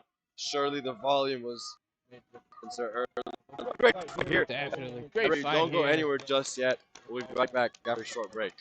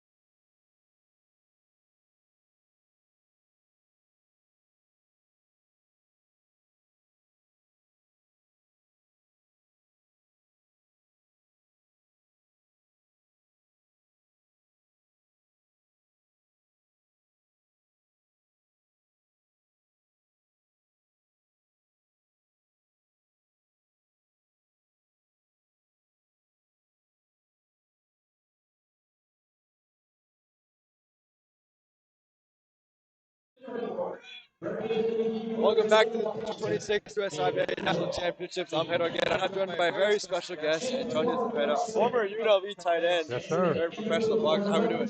I'm doing good, man. How are you? Good, man. Good to have you here. Obviously, some fun fights. What have you thought of this whole atmosphere so far? I think it's amazing. I think anytime boxing can come back to the fight capital of the world and get back to the kids, I think it's amazing. I always come support the kids, and this is the future, right? These kids are our future. Absolutely. We saw that you were a guest honor there. They're wrapping the belt around some of these guys and girls. And what I pointed out when you were doing that in one of these final fights was you're going to, no disrespect to the other honored guests, but you did a really good job, man. You took the time, wrapped it around the waist of the winner, and made the proper experience for these young athletes. Yeah, I think, it makes their day, right? You have a professional athlete taking time out of his day to come and support, and if all I have to do is pick up a belt and wrap it around in the proper way, it doesn't take much for me to do. And like I said, it creates memories for people, right? Their family's here to take pictures. They have it on video. It shows that we care. And when you have a lot of fighters who care and give back, and I think it just heightens the sport. Absolutely. So obviously you've been there, done that, continuing to do so in the professional matter. What would you say to these guys and girls chasing their dreams to be in your shoes one day? Same thing I told one of the kids who's actively upset that he lost. This is amateur fights. It sucks to say, it doesn't really matter. This is practice. You get in here, you fight as much as you can, you work on your craft, win, lose, or draw. You just keep fighting, right? Don't give up. Don't get down on yourself. I only had 3 amateur fights, I got robbed in the Golden Gloves against a guy I knocked out in my first ever amateur fight. I didn't let that hold me down. I just turned pro, and obviously now I'm where I'm at. But I think just keep doing it. One, it shows discipline. It shows dedication. And, it lets you know if it's something you really want to do. Because getting in there and get punched every day, not many people can do that. When we were just talking about that earlier today, it was like the belt, all that's really cool. But the proper experience of coming out here, especially the guys and girls coming out of state, saying they got to fight here in the fight capital of the world, mix and mingle with, different programs from all over the country. I mean, that's what it's about, right? Getting that learning experience. Yeah, like I said, it's experience, but also it's the memories that you're creating. Like, you got people coming from Syracuse, from Texas, Kentucky, from all over the United States, coming to Las Vegas to fight. And that's just an experience they get. Win, lose, or draw, they get to remember this forever. Absolutely. Here as we now take on bout number 9 here in ring number 3, Caden Kavassos out of Virginia Military Institute. Taking on David Chu, University of Michigan, in the blue trunks, in the blue corner. Rated it Southpaw versus Orthodox here. Yeah, those are tough fights when you're an Orthodox fighting a Southpaw. Usually you want to step to your left and counter with the right hand. Use the right hand as your jab. So we'll see if he does that. So far, he has his inside foot on the inside of his opponent. There you go. Now you want it outside. That's how you want to do it. No, the other throw my shoe. Yeah, watch your head, definitely. The officials done a great job this whole weekend, prioritizing the safety and rules for these fighters. I mean, we've seen some fighters, get frustrated, but at the end of the day, we want to protect their longevity in the sport. Yeah, I heard they made a change recently. If there's any blood at all, essentially, they just stop the fight. Because at the end of the day, the health and safety of these kids is what matters the most, making sure they enter and exit with their faculties intact. So kudos to the refs, to the judges, doing what they're supposed to do to ensure everyone's protected. Especially when these guys fight, on the Friday or Thursday and then the Saturday, just getting a lot of fights under the belt in a short amount of time. If you don't take any damage, it's just like glorified. It's, you spar probably more than that. Yeah. But this kid in the red corner, I see he's a military fighter. Usually they're pretty sound and disciplined, and he looks the par. Yeah, absolutely. BMI have had some really fun fighters throughout this weekend, and there's one guy in their camp that has been involved in both what we say was fight of the night here in ring number 3, and it's a true testament to what Virginia brought out here to Las Vegas. So. I must have missed that fight. It was a really good fight. But David Chu, on the other hand, in the blue trunks, he was here yesterday and showed off that aggressive style we're seeing now. So Blue fought yesterday? Yeah, in this ring, yeah. Okay, and this is Red's first fight or second? This is Red's second, but he did not fight in our ring here. Okay. We were here in ring number 3 the whole day. I think Red took that round. I think he was more aggressive, landed the cleaner shots.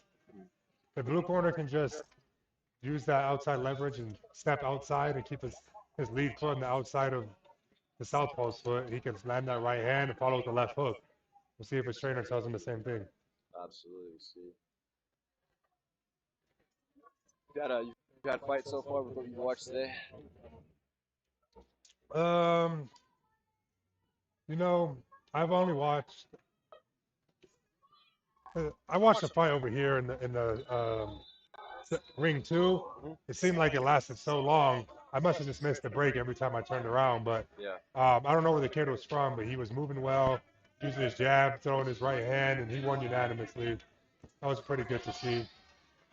Got kicked off here in round number 2. Good shots there. Red corner's coming out swinging. He's coming out guns Not a blazing. care in the world. I like it though. Oh, he's warning him for slapping. We've seen a couple of those here this weekend. You see, blue corner keeps falling in with his lead right hand. That's the last thing you want to do on the southpaw. What do you say to your fighter right when they have a habit of getting them in trouble?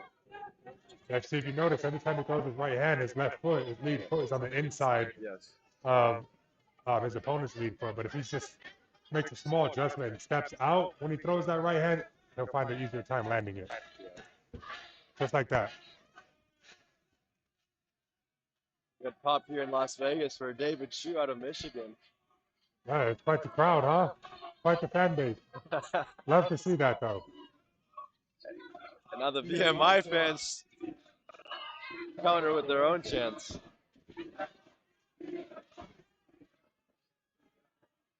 One fight under 45 seconds left in this round.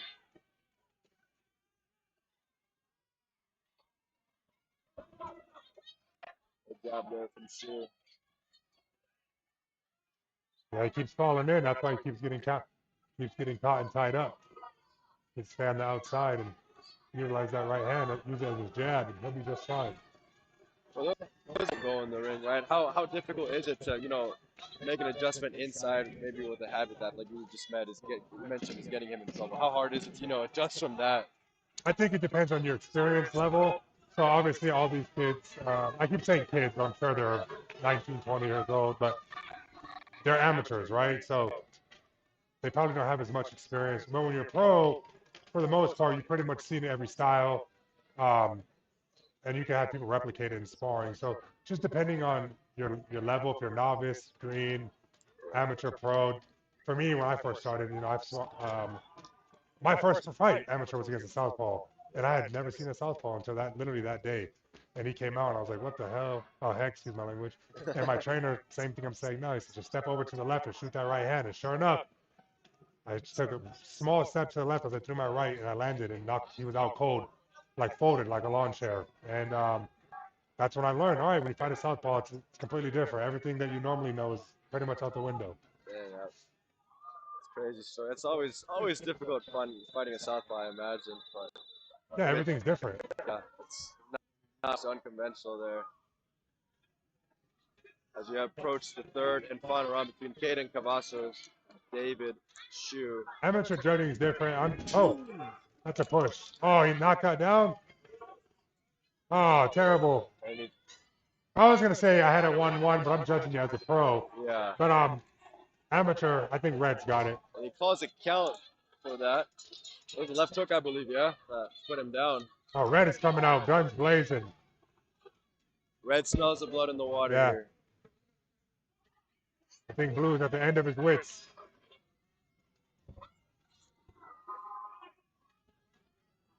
Caden Kavassos pouring it all out. He's smothering all of his shots now. Just take a little step back and throw those same punches. You'll find him more effective, falling into all of his shots. There's been a big emphasis this week on shot selection. Yeah, well, in amateurs, it's different, right? Oh, that was a good right hook. The crowd is loving what they're seeing here in ring number 3. Seems like that burst of energy kind of faded there. Well, that's usually how it goes, right? You start shooting your load, you throw a bunch of punches, and next thing you know, you're breathing heavy, and you're like, oh, could have done that. We had Rick Torres here earlier on Thursday, And he was talking about that. He kind of sees this as like these 3-round, 2-minute fights as like sprints. Yeah. It's important to, obviously you want to have your good burst, but you also want to maintain your gas. Really maintain your cardio because you could be, you could have your opponent on the ropes in one second, and then the next year you find yourself in trouble. Yeah, and no one better to talk about that than Richard. That's his style. He fought with bunches of punches. That's how he fought, his amateur style. And he was an Olympian, so he'd know better than anybody. Absolutely. 10 seconds left here in round number 3. Good left hook there from Kavassos. And that is the end of the fight. Great fight here from both gentlemen, putting on a show. I think red corner probably going to get that 4-1, more than likely unanimously. General consensus here, Caden Kavassos might have done enough, but David Chu not going out without a fight. These fans giving their warm round of applause for these both gentlemen. No heavyweight fights, huh? Yeah, after this, we'll have Terrell Joyner out right here out of UNLV, fighting for the male 160 novice title against Brian Mendoza out of University of Michigan.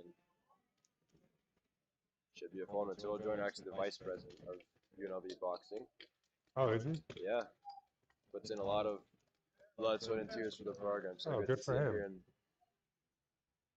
Love to hear that, especially being my alma mater. Yeah, how was your time at UNLV, right? We know you played for a football program, but how was it like, balancing the student life, going out to play? To be honest, it wasn't that hard to balance the student life and my academics and athletics. We practiced in the morning, and then we did academics throughout the day. But school came easy for me, so it wasn't too difficult. You see a lot of kids nowadays, they struggle to do it. I just think they're just not applying themselves. And I always harp on education, right? It's more important than anything. As an athlete, you're one injury away from nothing. I played football, had NFL aspirations. I blew my knee out pretty gruesomely, tore 2 ligaments, shattered my tibia, and football was over for me. I graduated with my degree in criminal justice. I knew I could fall back on that. But I was still young and wanted to fight or do something. So luckily I got into boxing, and here we are. So education is very important. You can always fall back on that. You get older, your body starts to give out, your faculty is no longer intact, break your hand, your ankle or something like that, and you don't feel yourself anymore. But as long as you hit the books and you use that, you can start a business. You can do whatever you set your mind to. Like I said, these kids are our future congressmen, lawyers, doctors. Who knows what they're going to be? So I'm a big advocate on education and making sure that these kids do the right thing. That was a lot closer than I thought. Yeah, I thought he won that pretty easily. Taking it by a split decision. 3-2 is kind of crazy. I thought he got it 4-1. 2 judges gave it there to David Chu out of the University of Michigan. Nevertheless, what a great fight. Good fight. Yeah, that's all that matters. I just thought red corner was doing a lot more. Yeah, circling back there to your time here at UNLV, right? You played for the football program, obviously had NFL aspirations. What do you take from the gridiron, and applied as you began your boxing journey? Man, it sounds crazy, but really, it's just the hard work and the grit. Because other than that, it's completely different. When you play football, you have 10 other people to rely on. There's 11 people out there, and if 10 people do their job and one messes it up, it can all go downhill. Yeah. But in boxing, they call it the loneliest sport for a reason. It's just you. You're in there by yourself, and if you make a mistake, you're the only one who's going to suffer, right? But besides that, just the hard work, the dedication. You have to be dedicated, no matter what your craft is. It could be in business and life. If you're dedicated to it, that's what makes it harder, but also makes it worth it when you accomplish what you set your mind to do. Absolutely. And growing up, did you have any boxing idols that inspired you to take foot in the ring? No, believe it or not, I didn't really follow boxing growing up. I played football, basketball, and baseball.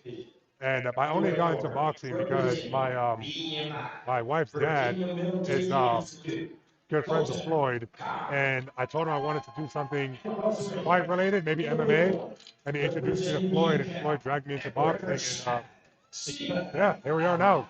I've been pro 5 years. I'm the current WBF heavyweight champion in the United States. More than likely going to fight for the international belt, and then the main bout, which will put me in the top 10, and we'll go from there, see what happens. Obviously, you're doing your thing in the boxing world, but do you rule out an MMA appearance one day in the future? I actually just had an MMA fight last weekend, believe it or not. It was terrible. I lost. I'm not an MMA fighter by any means. it's very different than boxing. I had to cut a significant amount of weight, Yeah. which really, to be honest, it gives me so much like of a different insight for these other fighters who cut all their weight. Yeah. I had to cut 45 pounds to make the 265, and I lost 5 pounds a day of weigh-ins, and it made me feel so terrible. Which promotion was APFC. Oh, Anthony Yeah, Pettis. I'm Showtime. signed with Anthony Pettis. He's my manager. Nice. But I'm so used to boxing because that's all I've been doing for the last 5 years. Yeah. And there was a point where I was clinched on the gate on the cage, and I'm so used to boxing that I looked to the refs to separate us because I'm so used to. And that's when he took me to the ground. We wrestled for a few, and he submitted me. But you live and you learn. I definitely want the rematch, and we'll go from there. But I'm not an MMA fighter by any means. I'm a boxer, but I dare to be great. And unfortunately, it didn't turn out high hope. Oh, but massive respect for you stepping in the cage. Right? So I see a lot of MMA fans, especially, always, wanting to see the boxer come over to the MMA Yeah, cage. usually it's the other way around. MMA fighters go box because they're chasing that bag and and they want to, it's more lucrative. Me, I dare to be great. I don't care if I fail. You have to fail before you succeed. I've failed a lot in life. I've taken worse losses in life than a fight. So it doesn't affect me. I just bounce back from it, get back on the horse, and try again. That's all you can do. And, yeah, man. Absolutely, man. Much respect to you. As we now go on with Terrell Joyner, who just mentioned, Vice President of the UNLV Boxing Club, taking on Brian Mendoza from University of Michigan for the male 160 novice title. And this is the loudest ever at the Westgate today.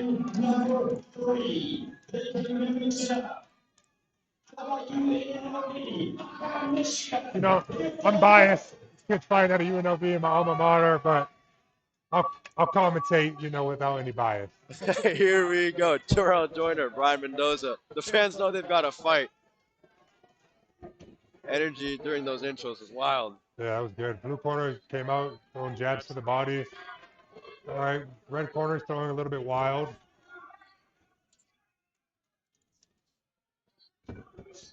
Utilizing that double jab.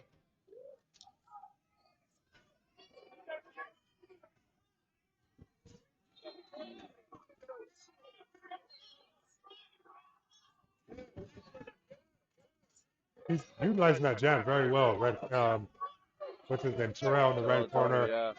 I think he's using it. He's going to set something else up. Let's see if he follows through with the right hand. Well, Joyner showing off an educated jab here early on. Let's see if he can follow up with something behind it.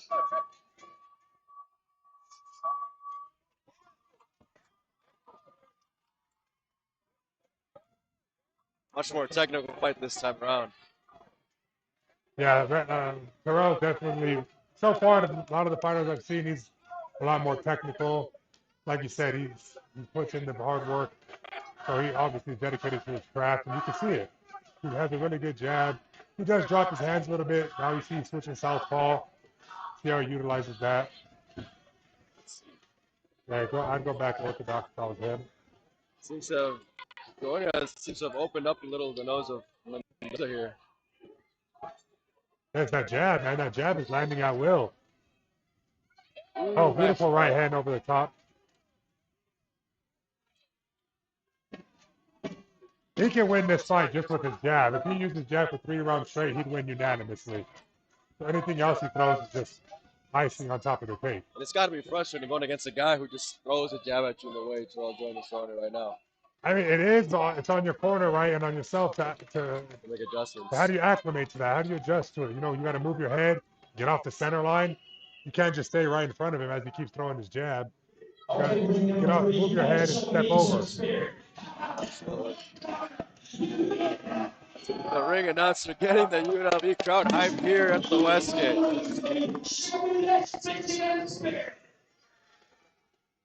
North Michigan, they have a good amount of fighters out here. Absolutely, yeah. Michigan alone has had back-to-back here in this ring, and then earlier they had a couple more. We were just saying, I see 4. We're saying Michigan made ring number 3 their home today. Yeah. So if you're the, I know you obviously love UNLV, but if you're the corner of Mendoza, what are you telling the Same guy? thing I just said. I just harp on moving his head and making sure he gets his head off the center line. got to be a moving target. You can't just be a sitting duck. That's why that jab is landing at will. Absolutely. And now he's parrying the jab with his right hand. Okay, you cowards. Winning number 2, you cannot let VMI to you.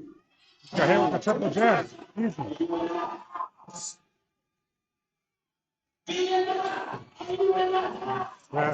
Just starting to wake up here. If Terrell really wanted to, he could easily throw a double jab right hand and he'd land it flush. And the ref would have to do an 8 count. Yeah.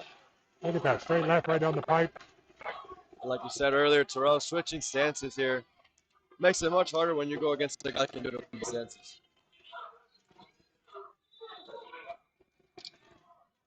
Oh, Terrell, you throw back right-handed and just keep pumping that jab. Good jab there. But he can't do any wrong right now. He's literally landing any and everything he wants. Absolutely. As he switches back to orthodox here. I would love to see him double that jab up and shoot with a straight right. Or even if he just double jabs and throws the left hook to the body, I think it'll land just fine. Absolutely. Another argument with these guys is, utilizing body work here to mix things up, right? We see a lot of guys and girls, go for the shot upstairs, but the body work is there. Yeah, well, everyone's protecting their head. You can't be head hunting.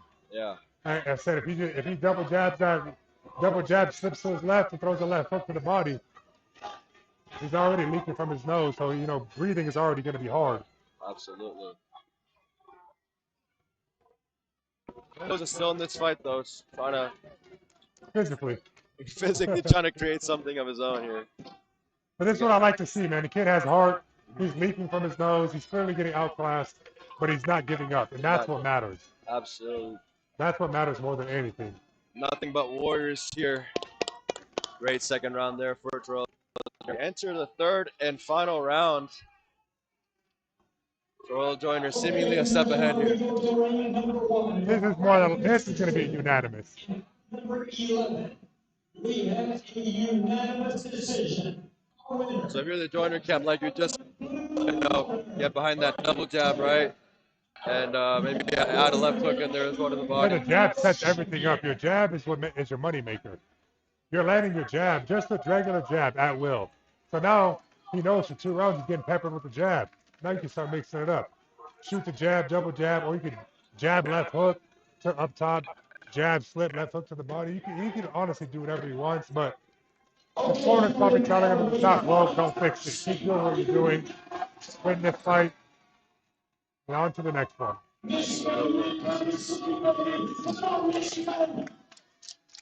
But again, kudos to the blue corner. Absolutely. Great heart here shown by Brian Mendoza. We enter the third and final round here at ring number 2 for the 160-pound novice title.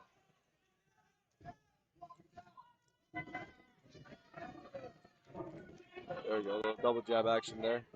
I see the double jab was right there, and he easily could have followed with that right hand. But, see right there was a great right hand.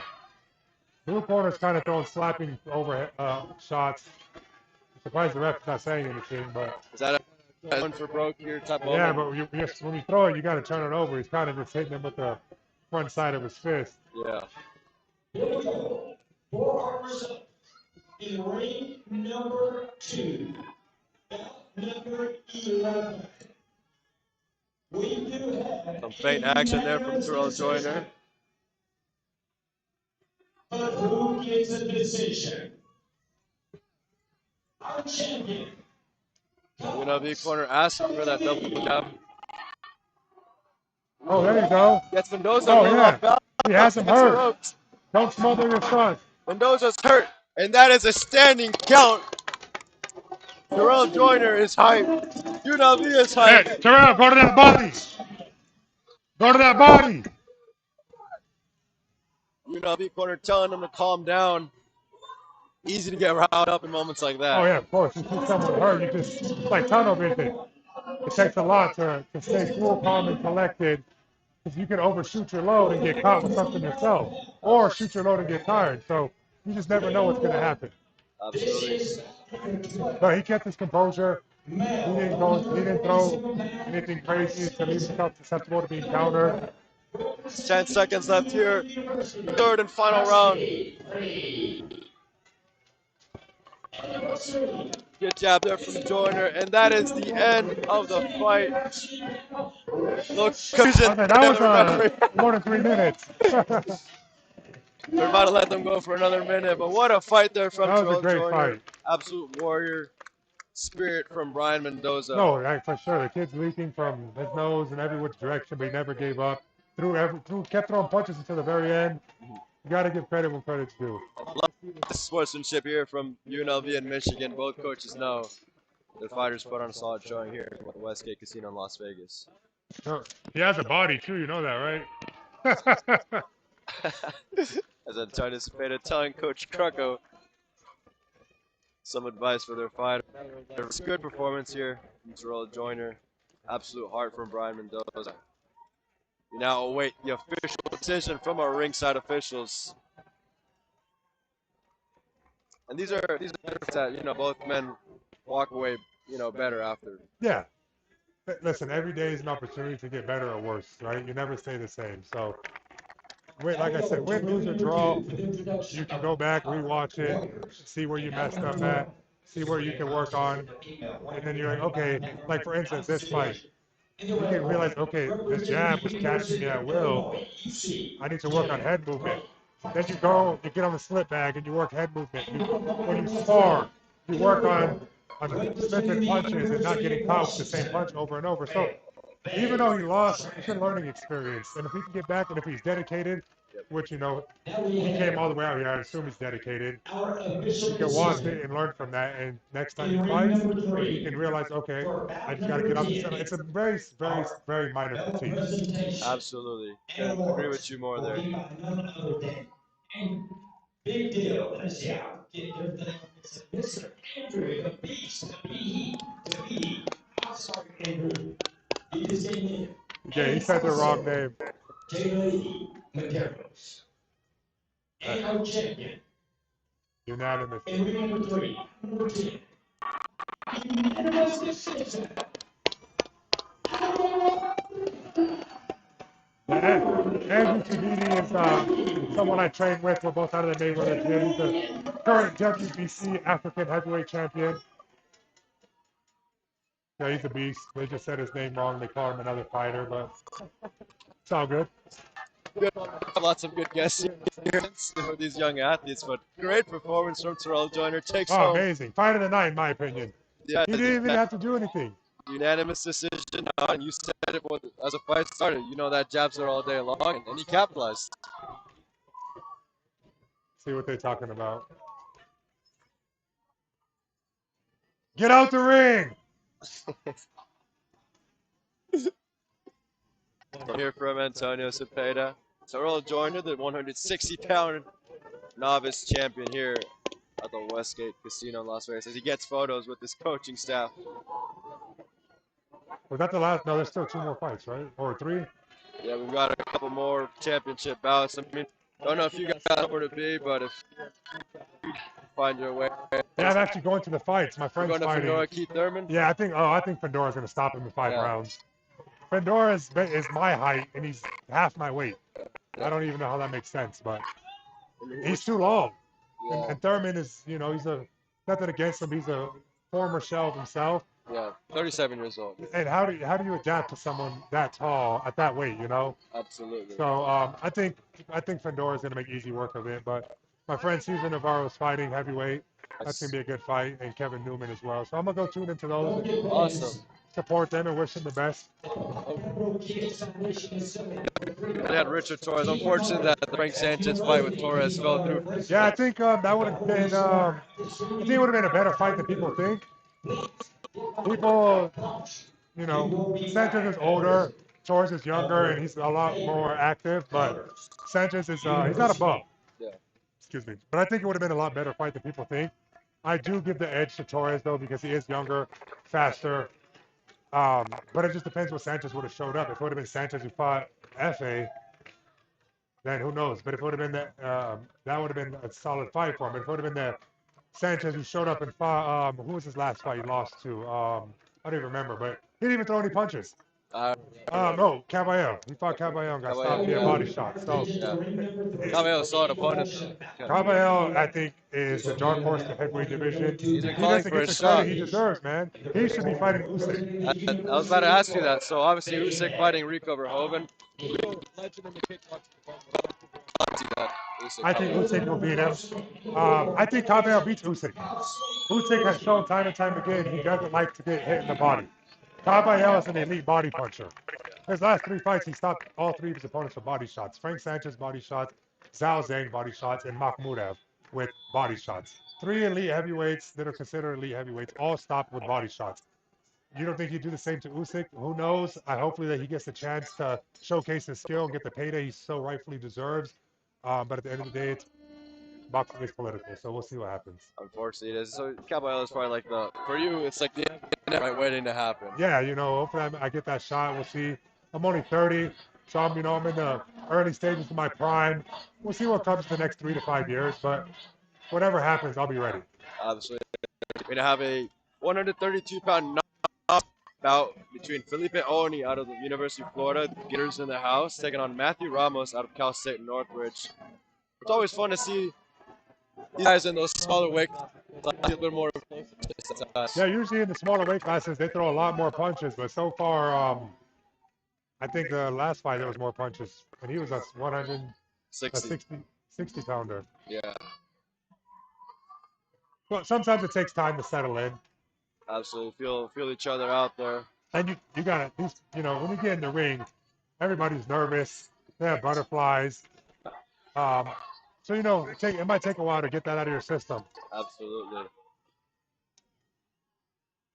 Some shots there from Felipe Oni in the southpaw position. Yeah, I'd like to see some more action. Both guys respecting each other here early. Ooh, good shot Good there. check hook. Got caught with a straight right himself. Got to keep that left hand up.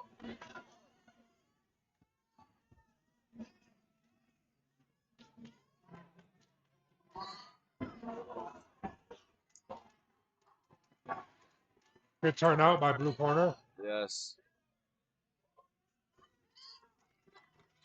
The same thing. He's trying to southpaw. His lead foot is in the inside of his opponent's lead foot. That's just a bad coaching. But you live and learn. Live and learn. That's what we're here for. Oh, beautiful right hand. Swordsmanship there to end round number 1. Looks like it could be one of those where fight starts to really come up here as we enter the second round. Well, this is interesting in the red corner. This trainer or maybe his brother, or who knows, looks to be the same age, and he's coaching him up. It's pretty interesting. Interesting for sure. Not sure if his fellow competitor or whatnot, but definitely an interesting thing to point out here. I mean, we just saw Terrell Jr. at Coach Jason Crocker won this tournament 20 years ago. Yeah. Lots of experience under his belt, I'm trying to say. And King as well. He's been around for a long time. Exactly. And with boxing and MMA, they have Fight Capital. Their gym is amazing here, based in Las Vegas. Yep. So he has a really good corner. So it's just interesting, right? People come with different corners, different strategies. That's what makes boxing boxing. Absolutely. Fight Capital things in both boxes, like you said. Got Skip involved there. Always great to have him there. All right, Skip is amazing, man. Yeah. Shout out Skip. Oh. Matthew Ramos starting to find some success. I know I keep harping it, but it's just like, I hate seeing it. No one's telling him to ensure his lead foot is on the outside of his opponent's lead foot. See how he's throwing his right hand and he falls short every time because of his leverage. If he steps outside, it puts his opponent's head right on the center line. But if he steps inside, he's gonna just keep missing. Absolutely. Something that will probably come with more experience and coaching for them. It definitely takes time to learn and adapt to, especially if you're not used to sparring or fighting southpaws. Sometimes you get in the gym or in the ring and see a southpaw, and everything you think, you're just like, oh wait, and it just kind of goes out the door. Yeah. And if you're his opponent, you're telling him to bounce on that. Yeah, definitely.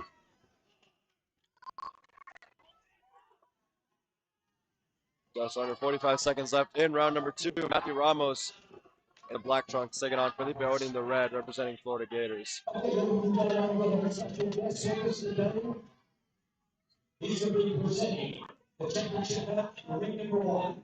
He is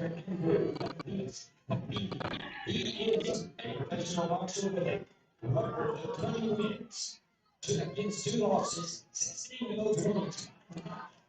He is the current WBC Africa Heavyweight Champion. Oh yeah, perfectly. Also, the official scorecard for our decision in ring number 1 and bout number 12. We have a 3-2 That is the end of round number 2. How do you see that? I think it's going to come down to who wants it the most the last 30 seconds. Because they're both doing enough to stay in it, but also at the same time not doing enough where the judges feel more swayed to one of the fighters. So right now it's anyone's fight, if you ask me. Absolutely. Who's going to want it more? Question we've been asking all weekend long. Every fighter has delivered on that, right? Win, lose, or draw. Every fight we've seen here, guys and girls are hungry. Yep. Sometimes you just have to bite down on that mouthpiece and just give it your all and hope for the best. Even when you see last fight, guys like Mendoza, who were clearly done the fight, continuing to at least try to fight, stay in the fight, All it takes is one punch, right? Exactly. You can lose every round. It just happened a few months ago. A heavyweight fight. He was losing every round, and in the 10th round, he literally was down 9-0. In the 10th round, he landed an overhand right, knocked his opponent out, and he wins. He was down literally 9-0 and wins the fight. So beauty of never give up. Never give up. Especially here, right? I mean, referees and officials, protecting the safety of these fighters. So if you really do like something nice, it could be the beginning of the end. It could be. We have a 3-2 split decision. Our winner and champion, God's. Oh, beautiful counter by the Red Bull. Tony there with the counter. University of Washington. You go from a fight like last fight with Terrell, where action-packed, he's doing whatever he wants. Yep. And then you go to this fight, which is 2 completely different styles. And it just shows you the beauty of boxing, right? So many different styles, so many different matchups. Different styles of fighters. Different personalities, different fighters. There was a fight earlier. Not sure if you were here for it. Asa Dawson from UNLV. We were talking about yesterday. He also fought on this ring yesterday. Just the way he fights. It's Was one it of the those, taller kid? Yeah. Yeah, I watched that fight. Nonchalantly, I mean, today was a bit more, chaotic. Exactly, Yeah. him, Asa Dawson. He had a tough opponent, Morris Marshall, but yesterday, the way he was just carried himself very composed, very calm, kind of not splitting the guard of his opponent last night. It's just interesting to see, that difference in dynamic. You see one guy, going all out, laying the kitchen sink, and then you can see a guy just calmly fight that off the jab. Yeah, I watched this fight today, and I saw a few things that he could definitely work on, but he's young. I don't know exactly how old he is, but he's young, so he still has a lot to learn. He definitely keeps his chin way too high, and that leaves him susceptible to being countered. Yeah. Matter of fact, his opponent threw an overhand right a few times and landed him. Nothing flush that could do any damage. Yeah. But that shows you, like, just because one guy can doesn't mean the other one can't. He also had an insane height advantage, I was going to say, which he probably will have for most of his career. But eventually, you could potentially get matched up with someone who's your height, maybe a little shorter, but it's pretty equal. And things like that leave you open to being hurt. And I wish him nothing but the best, especially being a UNLV alumni myself. I just see things like that, and like I said, it's all about the health of these kids. And when you see stuff like that can be prevented, you have no choice but to address it. Yeah. But he had an amazing fight. He won easily, to be honest. Yep. I'll tell Jason, these are things that I see, and I'm sure you know too. But he's young, he'll learn, and he'll get better and better. Absolutely. And you're bringing up that, the height advantage he's fighting have most. I've always wondered, right, we think of guys like Castro is fighting later tonight here at the MGM Grand Garden Arena. What sparring against a guy where you're looking upstairs the whole time. I'm not sure if you had that, too many of those experiences yourself. big guy yourself. But. Yeah, myself as I'm 6'7", so it's Yeah, very so I very think it's hard for rare. you. I've sparred a few guys who are 6'8", which I mean to be honest, it's the same thing. Yeah. I do have a friend who's 6'10". He's an ex-basketball player, but he spars with me sometimes, and you know he's long. He has very long reach, and it's just interesting to see. 3 inches doesn't seem like that much, but it adds up. Like you said, Fendora's 6'6", and Keith Thurman is what, 5'10", And maybe? yeah, I believe That's so. 8 inches. That's a lot. In the heavyweight division, you're used to 6'4", 6'5", 6'6". Well, it's all pretty much the same. Yeah. But at that super middleweight, you're not used to that at all. How do you get ready for that? You don't. Yeah. You'd have to spar heavyweight. Exactly. So that's why I think Keith Thurman is going to lose tonight. If he wins, he'd shock me. But I just hope for a good fight. Absolutely. And Felipe Oni taking So red corner pulled it out. Good for him. taking the split decision, the 4-1 split there against Matthew Ramos. Solid performance there from Oni, taking home the victory back to Florida. We were talking about his corner, young looking guy, what could be his brother or just fellow competitor. I mean, he was in the corner with Crocs on. in the corner So, with Crocs. That's Yeah. very interesting. Very interesting, but Crocs and ankle bracelets. absolutely. See something crazy in boxing all the time. Here, guys. Hey, thank you for having me. Of course. Outside, sir. Fight side there. I will. Thank you.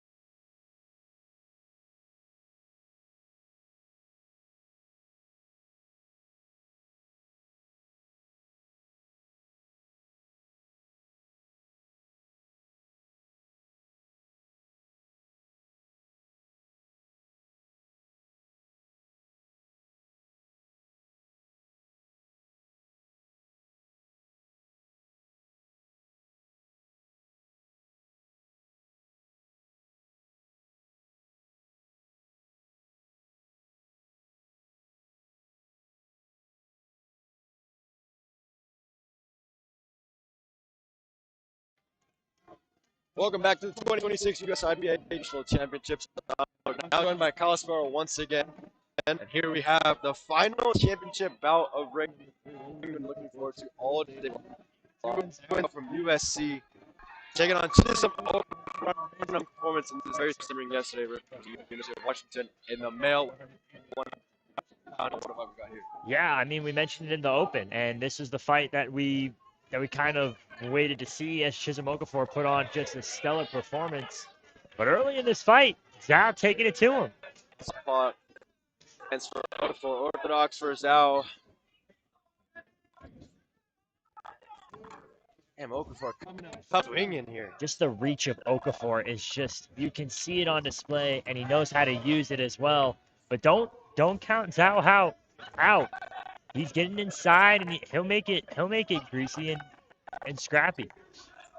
Absolutely. Fans get.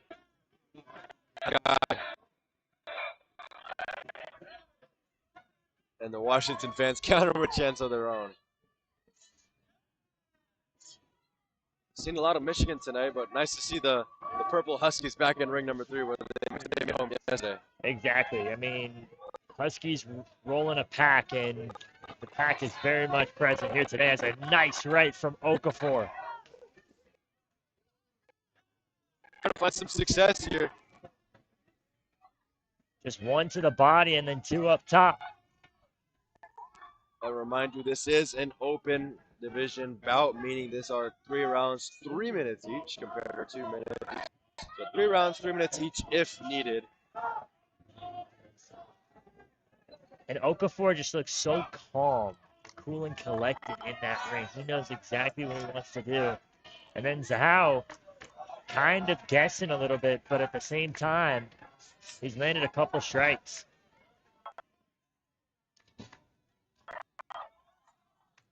Man, just like looking at Okafor, man, that's a pretty big man himself, but Okafor's scary to stand in front of. And the way he just waltzes forward and controls that ring, I mean, if it were me in there, I'd be scared. I can confidently say that. Absolutely.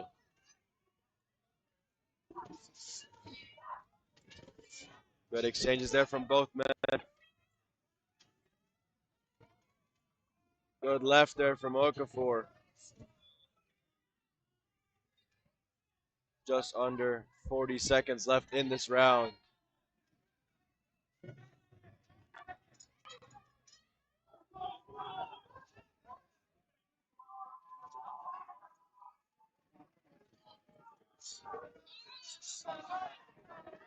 Nice little combination there from Okafor.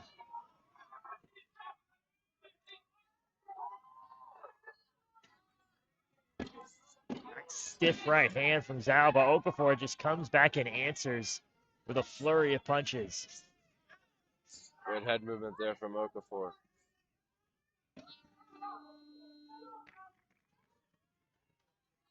Okay, for just some Okafor, Zhao obviously still in the fight, but Okafor. Yeah, I think Zhao needs to just answer, and Okafor is going to come at you with some jabs because of that reach advantage. But if Zhao can get in and make it scrappy and answer those punches, because Okafor literally is just jabbing and he's moving, and then he's waiting and buying his time and picking his shots. Zhao's got to get inside and kind of mix it up to keep Okafor guessing in this second round. See what adjustments out corner.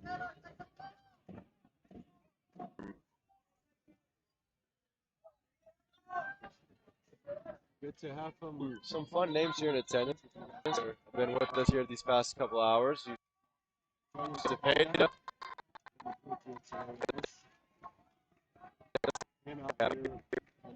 Fellows for boxing as well.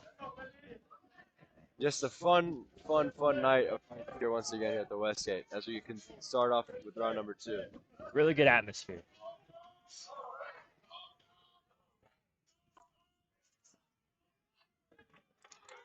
And now you see Zhao starting to move his head, go in the guard, and then just fire up top. And he's landed a couple of those shots.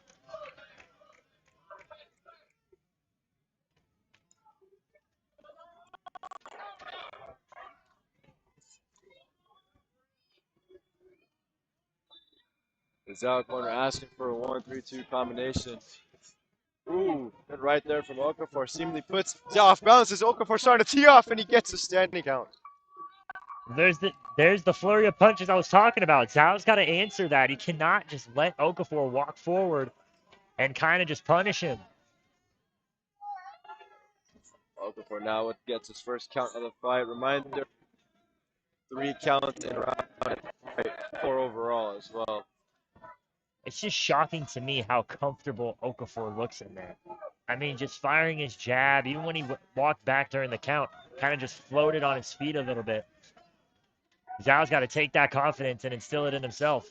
Absolutely. Props to Zhao, though, still creating shots of his own. It's always...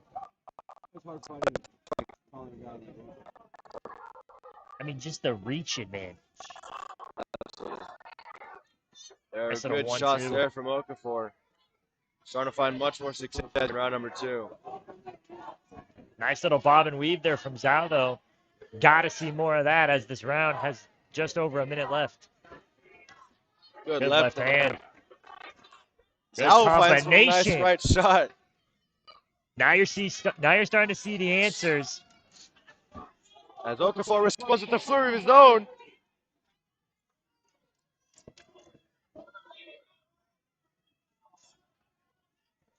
Zhao cannot take his foot off the gas here. He's got to respond towards the end of this round.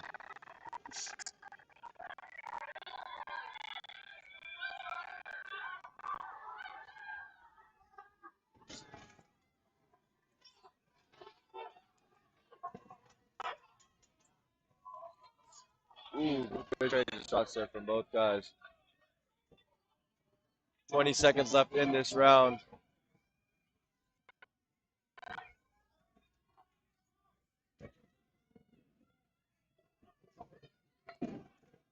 Ten seconds left in here in round number 2. Just missed there with the jab. Head movement there from putting some punch to right that he connected. Down round number 2. Got ourselves a fight going in this third round, I'll tell you. Zhao did a really good job, I think, in that round of answering. I think that he kind of stood in the pocket, took a couple shots, but he fired some shots of his own. And now, going in his third round, I think Zhao, if he can get this third round, I think that second round is a toss-up. I'll give the first round to Okafor, but that second round, I thought both fighters did enough to justify themselves getting that round. But if you're Zhao, you got to come out with something different. You got to come out with something that Okafor hasn't seen, and you got to catch him with it. We'll see how the judges have it in case it does go distance. As we now await the start of the third and final round. Reminder again, these are two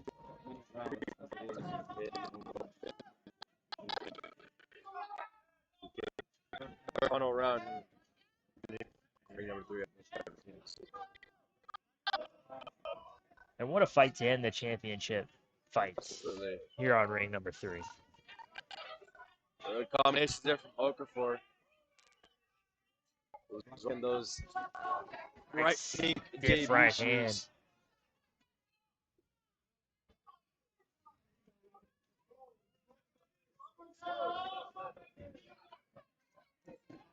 Good shots from Okafor.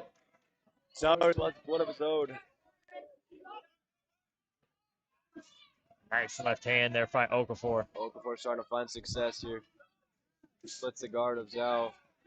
Lands a nice right. Zhao responds with one of his own. And that's just what the reach advantage does. He's able to pop that jab out. There's nothing Zane can do about it. For our decision, our champion in the female 125-pound open division, by unanimous decision, comes out of the red corner, Down there from Okafor. Carolina Garcia Madrid, University of Oh, made some hard shots there from Okafor. Nice work to the body. Okafor, or Zhao, sorry, just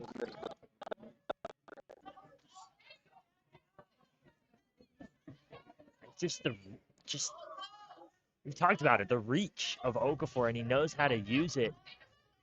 Even when he covered ground on the ring, just covered so much ground. Nice little shot there from Zhao, though, and that's what he's got to do with a minute left in this fight. Got to keep responding. absolutely.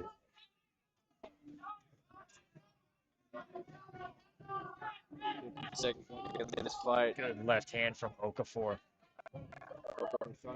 Here. What a fight, though, nonetheless. Yeah. Oh, showing absolute. Nice left hand by Zhao.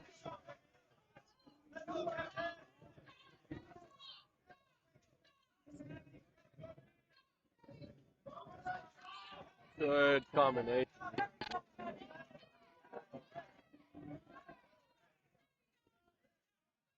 Good shot there from Zhao. Work to the body. 10 seconds left in this fight. Good step Okafor. Gets Zhao against the ropes. Zhao still firing back. And that concludes the great fight here at ring number 3. Great performance from both these guys. What a fight. I will take you to ring number 1 for bout number 14. Just to make sure, coaches, advisors, this is a non-point producing match from here on out in ring number 1. This will be contested. 40 pounds, and that is the our wrestlers. In the red corner, representing the University of Washington, Maximus Neal. Across the ring, The his official opponent number decision 4, from the ringside representing officials. the University of California at Jonathan Yee. Now we go to Championship. ring number 2. The same situation. Additional All bouts. remaining bouts in ring number 2 will be non-tournament bouts, non-point producing. This means our Warriors in bout number 14 in this match, 140-pound weight class bout. In the red corner, representing Grand Valley State University, Kermisa Stokes. And across the ring, opponent standing in the blue corner, representing Texas A&M out of College Station, Jacob Williams.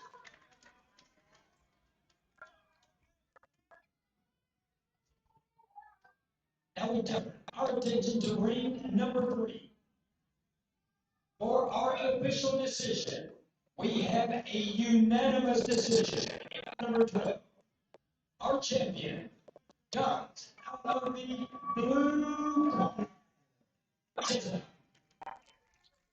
Okafor, University of Washington. Chisholm Okafor taking some hardware back to Washington. Great performance from the guy. Yeah, I mean, he basically controlled over half the fight. I think just that reach advantage proved successful for him. But credit Zhao. He did a really good job of kind of keeping Okafor, landed some crucial big shots, and kind of made it interesting. I would say a unanimous decision there is kind of, I thought personally, Zhao kind of rallied back towards the end of the second round, but nonetheless, really good performance from Chisholm Okafor. Yeah, I think Okafor really started to find his own there in the later half of the fight. Regardless, great performance from both gentlemen. Now, as we approach number, again, these are the remaining fights here in this ring are non-title bouts. As Xavier Scott out of the University of Florida takes Shykown from UC Irvine. I believe he's a part in a fight.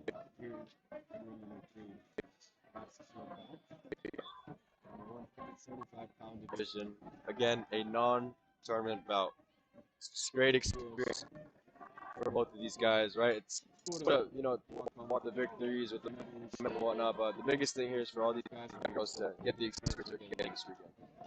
Yeah, and they will not forget this, even if it's not for a championship, even if it's not for points, it'll still resonate with them in front of the crowd, in this atmosphere, which I gotta say, the past 3 days we've been here, absolutely electric in here. No matter which college you're from, they all showed out and made kind of commentating this and broadcasting this kind of come alive, I think, especially with the fans ringside and just all the different aspects. Just kind of made it come alive for sure. Absolutely. As we now await the intros for ring all number. these remaining bouts are match bouts. They are not tournament or producing for team trophy positioning.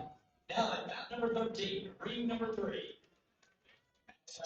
At 175-pound weight class. In the red corner, representing the University of Florida, Xavier Scott. And his opponent across the ring in the blue corner is representing the UCal Mahir Sahakan. Here, Sahakan from UC Irvine taking on Xavier Scott taking on University of Florida. And these are 175 pounders, so they for sure pack a punch.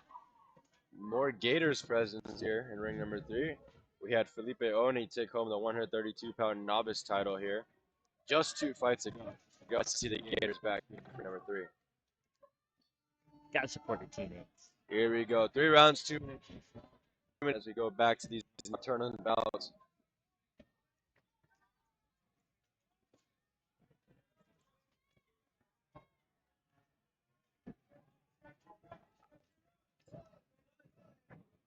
Nice little right hand there from Scott. Kind of snuck it in a little bit. Ooh, nice left there from Sahakan. Scott trading some nice shots there. Good Nice right little hand. 1-2 combination there from Scott.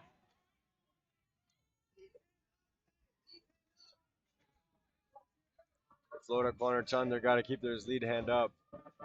Because every single time he's gone in, he's taking damage. And he's gotta just keep composure and keep that hand up. That's a nice little exchange there from both fighters.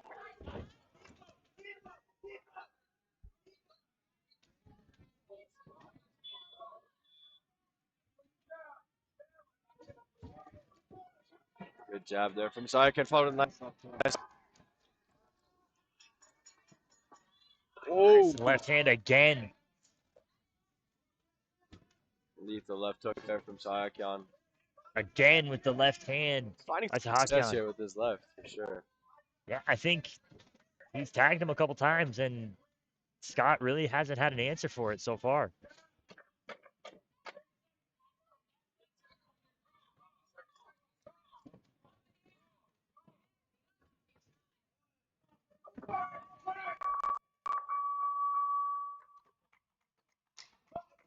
Ten seconds after round number one.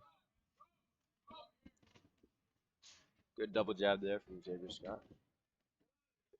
Just missed with the right. Just missed with the right. That's the end. Round number one. Solid action so far here. First round of the night here.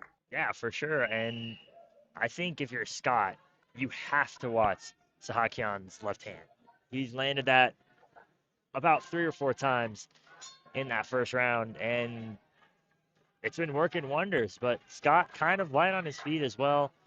Isn't really leaning too much into that and kind of maintaining composure throughout that first round.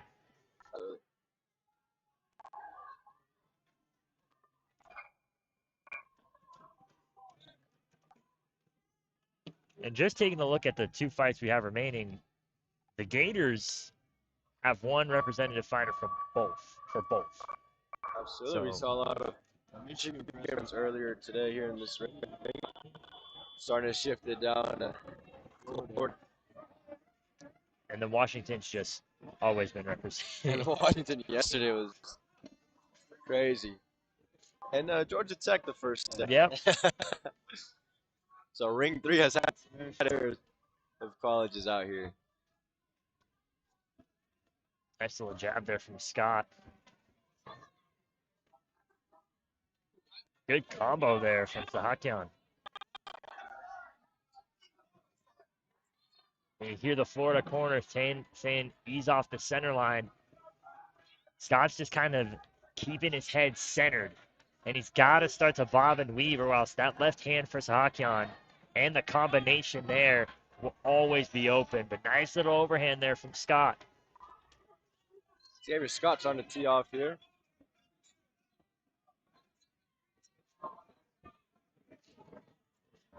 I believe the nose of Scott starting to get opened up there. I've seen a lot of that today. I think they're going to Yeah, they are. They're address gonna the bleeding.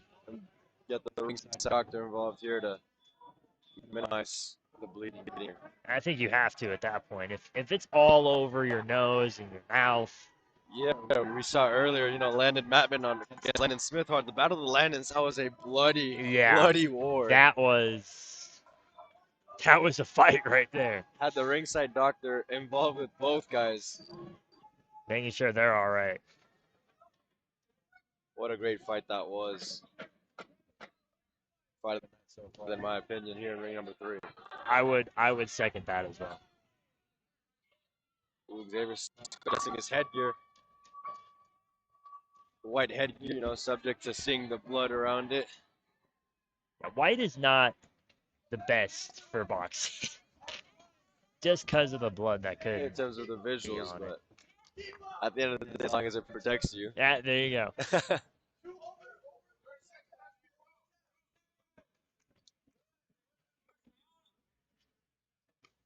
The Gators corner plotting their fighter's head movement here. For our decision in bout number 14. Ooh, good right from Sahakan. Unanimous decision. Nice stiff right there from Scott. Less than 10 seconds left here in round number 2.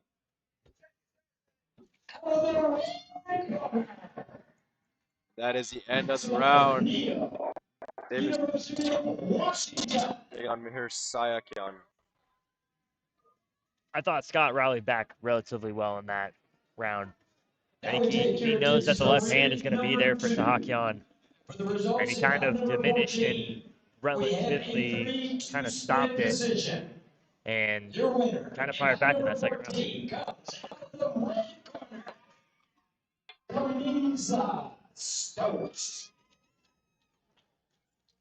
Lots of fights going on behind us here, ring number 1 and 2. It'll be interesting to see how many total fights we've had at the Westgate throughout these past couple of days. It's been a lot. 26 the first day. 26 the second day. 27 the second day. 15 today. 68 fights just in ring 3 alone. Wow. Don't know if that's the same. If it's across 3 rings, regardless of Las Vegas. And I thought that pretty much all of them were really good. Action-packed, I have to agree for with you, sure. Kyle. Yeah, I mean, so far all 6. Well, we haven't got to 68 yet, but up until this 66th bout, we've been treated to nothing but fun fights here in ring number 3. That First is standing count count. for Sahakan. You kind of sense that one coming, and stuff started really coming to his own in that last round. Yeah, now Scott's got to respond with something fierce here. Telling Florida corner, telling him Good to right keep their hand hand there down. from Nice little Xavier Scott. response.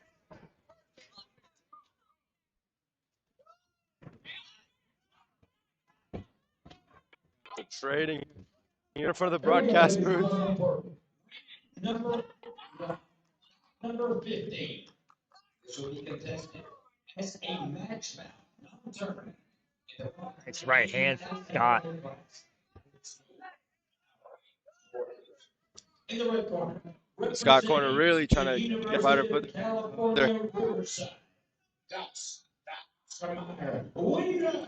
And that's going to be another time. And his opponent across the ring. You can see the blood there. They're really starting to pour out. He's done an amazing job throughout these past 3 days. Had their hands full for sure. Yeah, she's definitely has had her hands full this weekend here at the Westgate Casino in Las Vegas. Return our attention to ring number 2. Bout number 15. This is a 163-pound match bout. 12 knockout toward opponents. In the red corner, representing Virginia Military Institute, Julian Feliciano. And his opponent across the ring in the blue corner is representing the University of Saviano. Ooh, nice right foot with a nice left hand from Sahakan. 30 seconds. Sahakan smell blood. Well, he kind of faked the right hand, and then Scott bit for it, and then the left again. That's Second count. Outstanding count. Scored by a UC Irvine fighter. 10 seconds left in this fight. Great performance from Sahakan.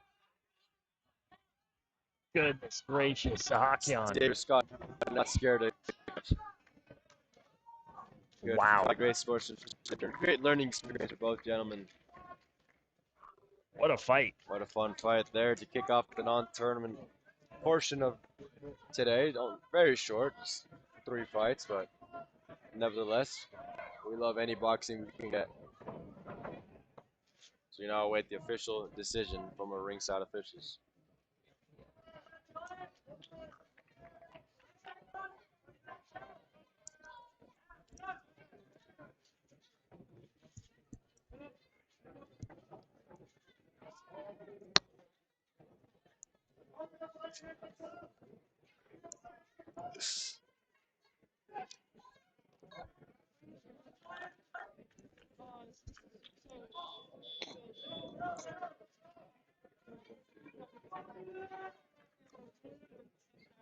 As we await the official decision for bout number 13 between Xavier Scott and Sahakan.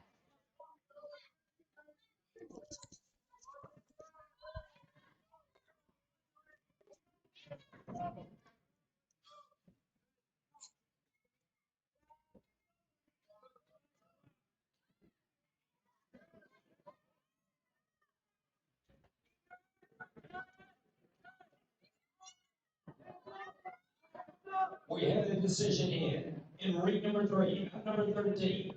We have a 4-1 split decision in this match. Our winner for the blue corner. Yeah, not surprising there. Sahakan really took it to Xavier Scott with the left hand, kind of caught him, kept him guessing, kind of faking and feinting the right hand, and did just a phenomenal job overall. Yeah, absolutely dominated that fight, from my personal opinion. I mean, caught him multiple times with the left hand on the head. Had to get his corner to tell him to keep his hands up. I mean, we got that. Got the corner agreeing with you. Well, what more can you say?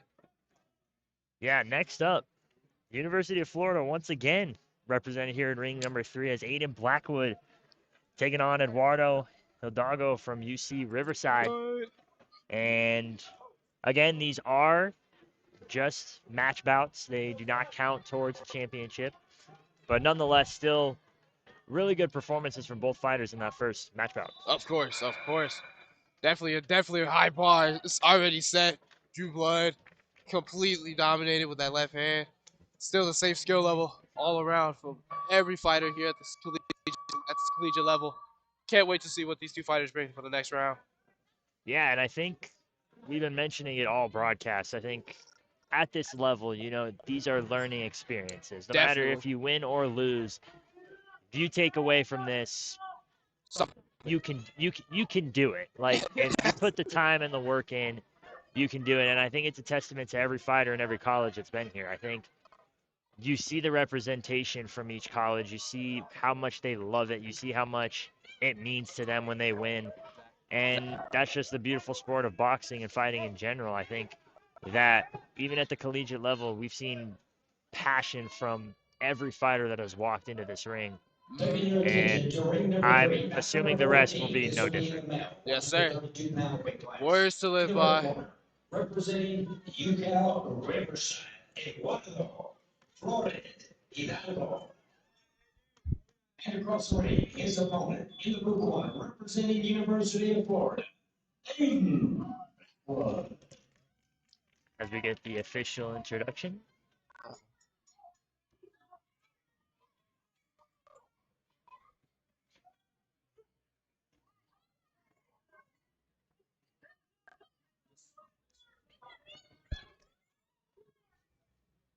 As we get set for bout number 14, Hidalgo Blackwood. Here we go.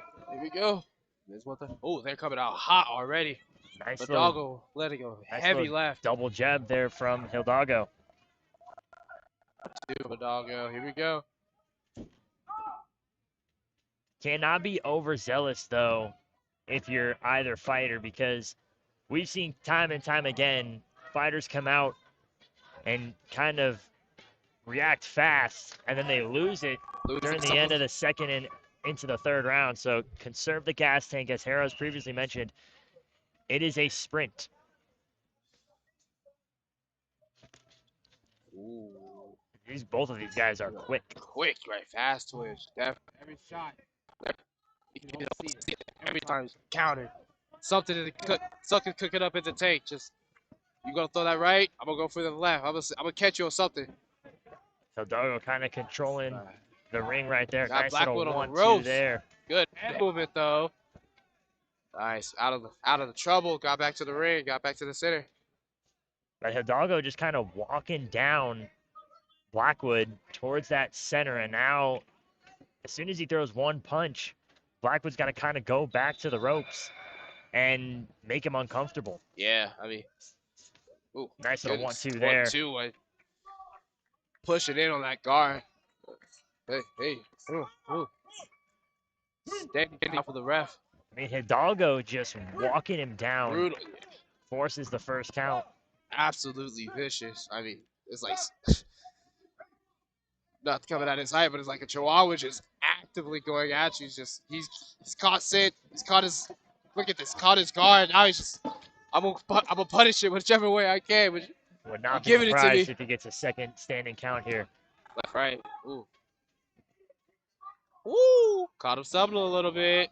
Through And the the guard. Florida corner at the end of that kind of take the middle.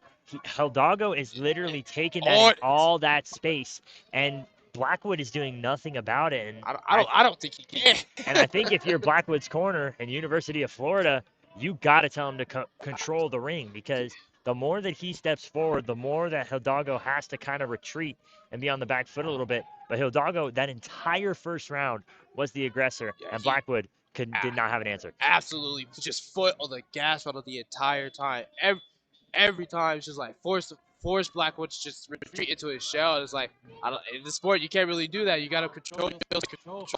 I think that's part of the art of boxing. Like, okay, I'm gonna give you something so I can respond in turn. And Blackwood, he doesn't have a response. He's just taking it. No give. But he can't take a punch. He's still in it. It's round 2. Here we go. Let's see what happens. Right out of the gate. Right out of the gate. Another Second standing count. And you kind of expected that with how that first round kind of ended. Yeah. I think Hidalgo just walking him down, and Blackwood got to respond here. Yeah, Hidalgo, I mean, I can see it in his face. He just knows. Oh yeah, I can get my way with this guy right now. Taking your attention to ring number 1. Our decision. Here we go. At number 15. We have a unanimous decision. Check them with that left right there. Out of the red corner, Gus Winner.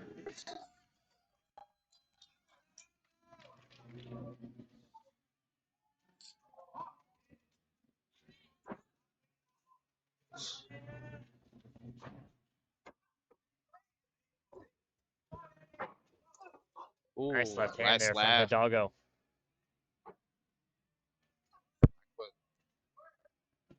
Ooh, throwed it to the ref.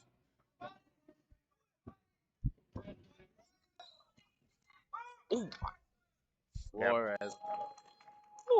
Kind of saw that one coming. I think Yeah. Hidalgo just kind of Fast twitch. walked and controlled that fight, and Blackwood didn't have an answer for No, sir. what I mean- Hidalgo presented. I mean, yeah, even on that last interaction when he had him on the rope, just that flash twitch, he had him already second he was gonna go, which immediately led into that left right, and I know that had to hurt. But credit to Blackwood, he did give Hidalgo some good shots, and just Hidalgo got Right, we saw more engagement from Blackwood this time. We got to see how he.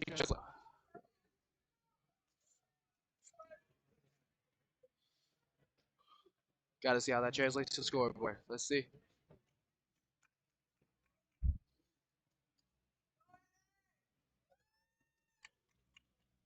I mean, you kind of expected the official to Taking your stop attention it. to ring number Yeah. 1 for our final bout. Number 16. This is a match bout. Counting toward team points. In the red corner, representing Western Colorado University, David Aguilar Martinez. And his opponent across the ring, in the blue corner, representing University Illinois UC, Trevor Gray.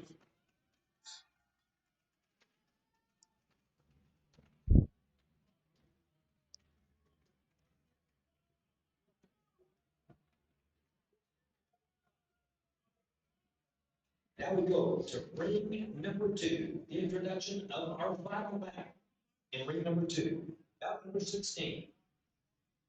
This will be contested as a match bout in the female 128-pound weight class. In the red corner, representing University of Maryland, Joy. And in the blue corner, representing University of Illinois UC, JM Ewing. Now we go to ring number 3 for our decision at bout number 14. Referee calls a halt to the action. In round number 2, our winner out of the red corner, Hidalgo, representing University of California, Riverside. UC Riverside gets the men's 132 match bout victory as Hidalgo comes out victorious against Aiden Blackwood. Definitely something to be proud of if I was a dog. I mean, I actively was putting to work, just going to work, putting together my skill set, my bag, just going at him. I mean, that's something to be proud of. And he was the aggressor that entire fight. I think Hidalgo and UC Riverside's game plan was take center stage, take center of the ring, force Blackwood into the back against the ropes position, and just could not get out of it throughout the entire fight. Yeah. Well, as we get set for the final bout of the night, but not only for the night, the entire Usiba National Championships, as we have Baltazar Juan Perez of University of Florida against Andrew Martinez Gamboa from UC Riverside. Same exact college matchup, just different corners and different fighters. Now we turn our attention to ring number 3 for our final bout. This will be a non-tournament bout. In the red corner, representing University of Florida, Haddad. This is in the male 147-pound weight class. His opponent, in the blue corner, representing Shykown, Andrew Martinez Gamboa. We get the official introductions there.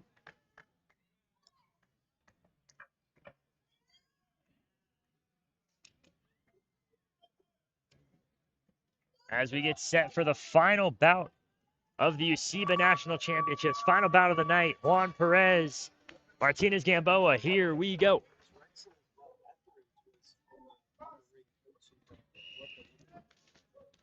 Good exchange from both fighters right there. Coming out hot for both sides coming out hot. Trying to gauge what they can get away with, what they can Nice give, right what they can take. By there from Martinez Gamboa.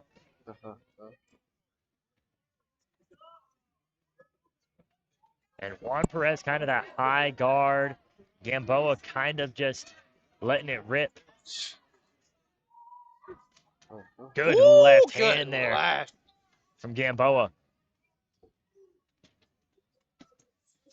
Again with the right hand. Yeah. And Gamboa moving his head a lot more. Perez kind of keeping his head on the center line a little bit. Got to kind of take it off. Yeah, I mean, even as Gamboa, as you can see, he's clearly on the back. But he's still just punishing him at whichever chance. Both men exchanging blows here in the final fight. Definitely a match to end it off for people. Teeing off. I mean, look at him. Nice exchange again from both fighters.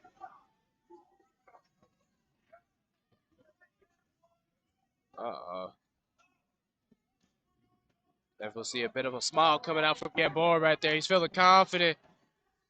Got to finish the round. He's got 20 seconds. You're not wrong. Again, left hand from Gamboa. Sir. Has been there every single time. Oh, my goodness. Oh, Perez. Nice little jab.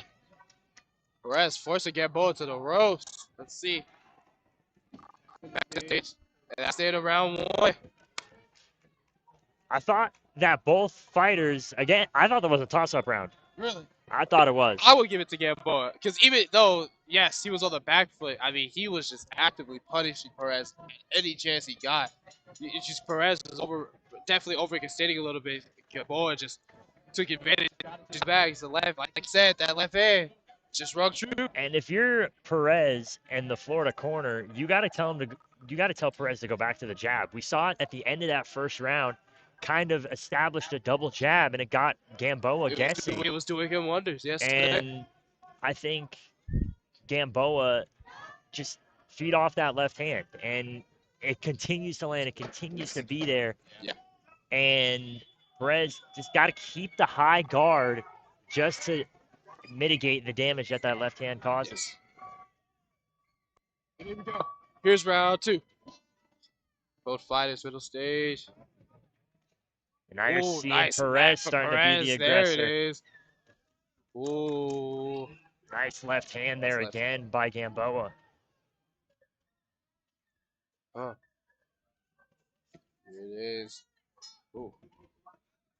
Both of these guys just swinging.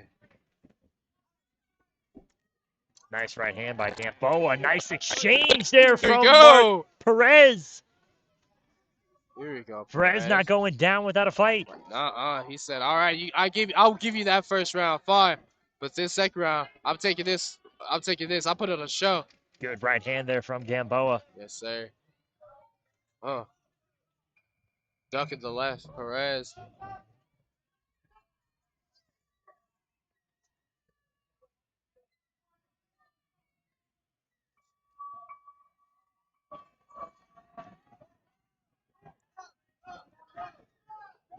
Just under a minute left to go in the second round. Sir. Perez picked it up a lot in the Oh my second round as Perez and Gamboa once again Right. exchanging blows.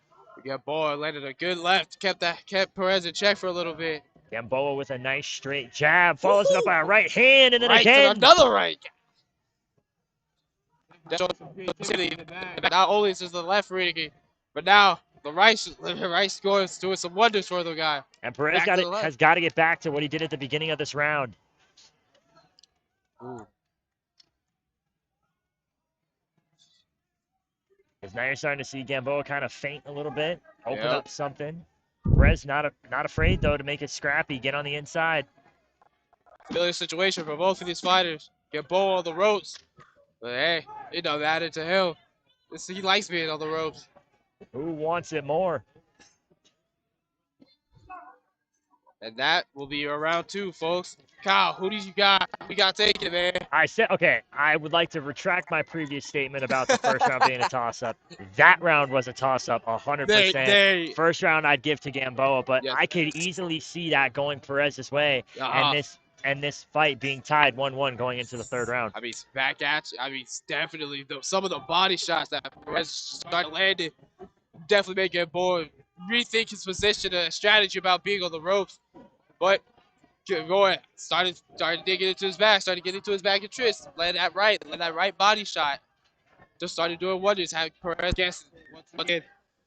But whenever Perez will try and strike, he's got to keep that hand up, that offhand that he is not striking with. Definitely. We've seen multiple times Gamboa has landed that left hand, and it caused massive damage in that first round.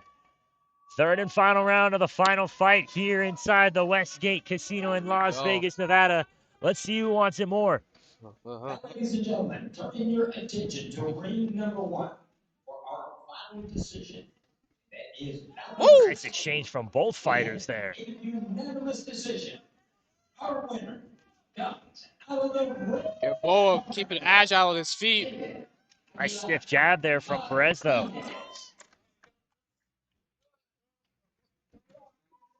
Nice exchange. Ooh, nice exchange. Perez engaging with a solid left. Could go come out of it with some good shots of his own. Gamboa with the right left to the head. Ugh. Nice little body shot there from Perez, though. Yes, sir. Now we turn our attention to ring number 2. Our final decision in ring number 2. Bout number 16. One more minute remaining. Who wants it more?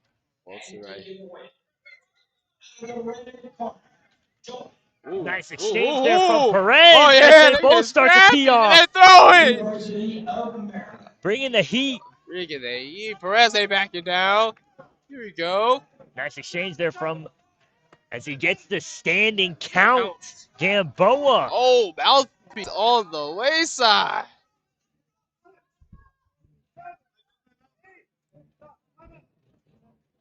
Timeout for the mouth guard. Went fly with it.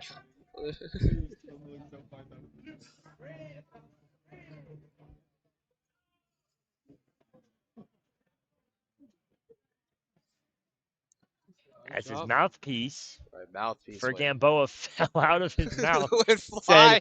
The mouthpiece is on the ring floor. Here you go. All right, 25 left of this round, folks. Nice one high, one low there from Gamboa. Yes, sir. Both men teeing off Teeing towards the end. They try to make this count. Oh, Again, Gamboa. Gamboa just putting the moves on. Dude. Empty the gas tank. Right, empty it. If you're both fighters. Perez landing a couple shots He's not now. out. He's not out. What a fight. What a fight, y'all. What a fight. That would be your round 3 for your Perez Gamboa match. Wow. Unbelievable. Perez definitely got off to a slow start, but towards the end, he turned it up. He's like, I can win this. Somewhat round 1 with Joe. I'm still back in this fight. I still got gas in the tank.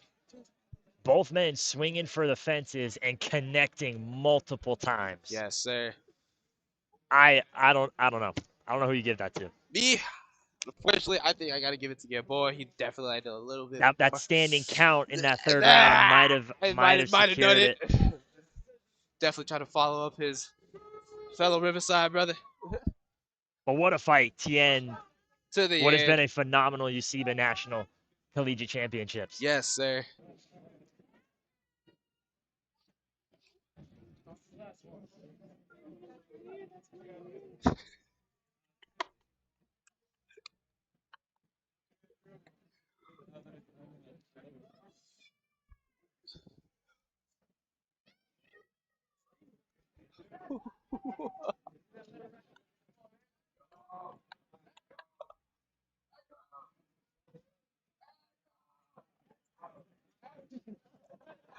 I did hear some chanting some from the crowd.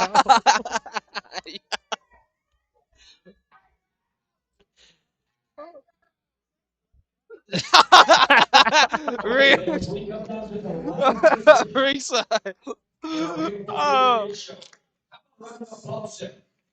Las Vegas, baby, putting on a great show.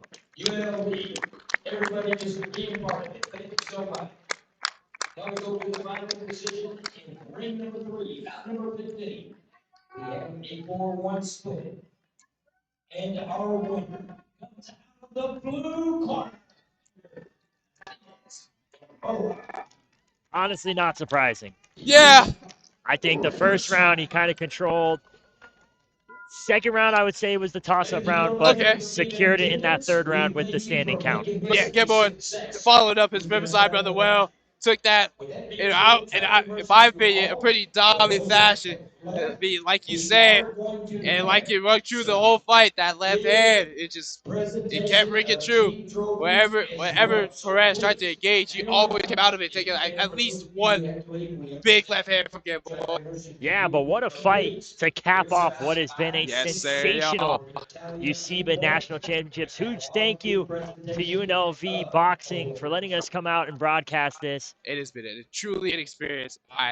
Thank you. The past 3 days have been, I would say every single fight was must watch. It was all action packed. It was all phenomenal.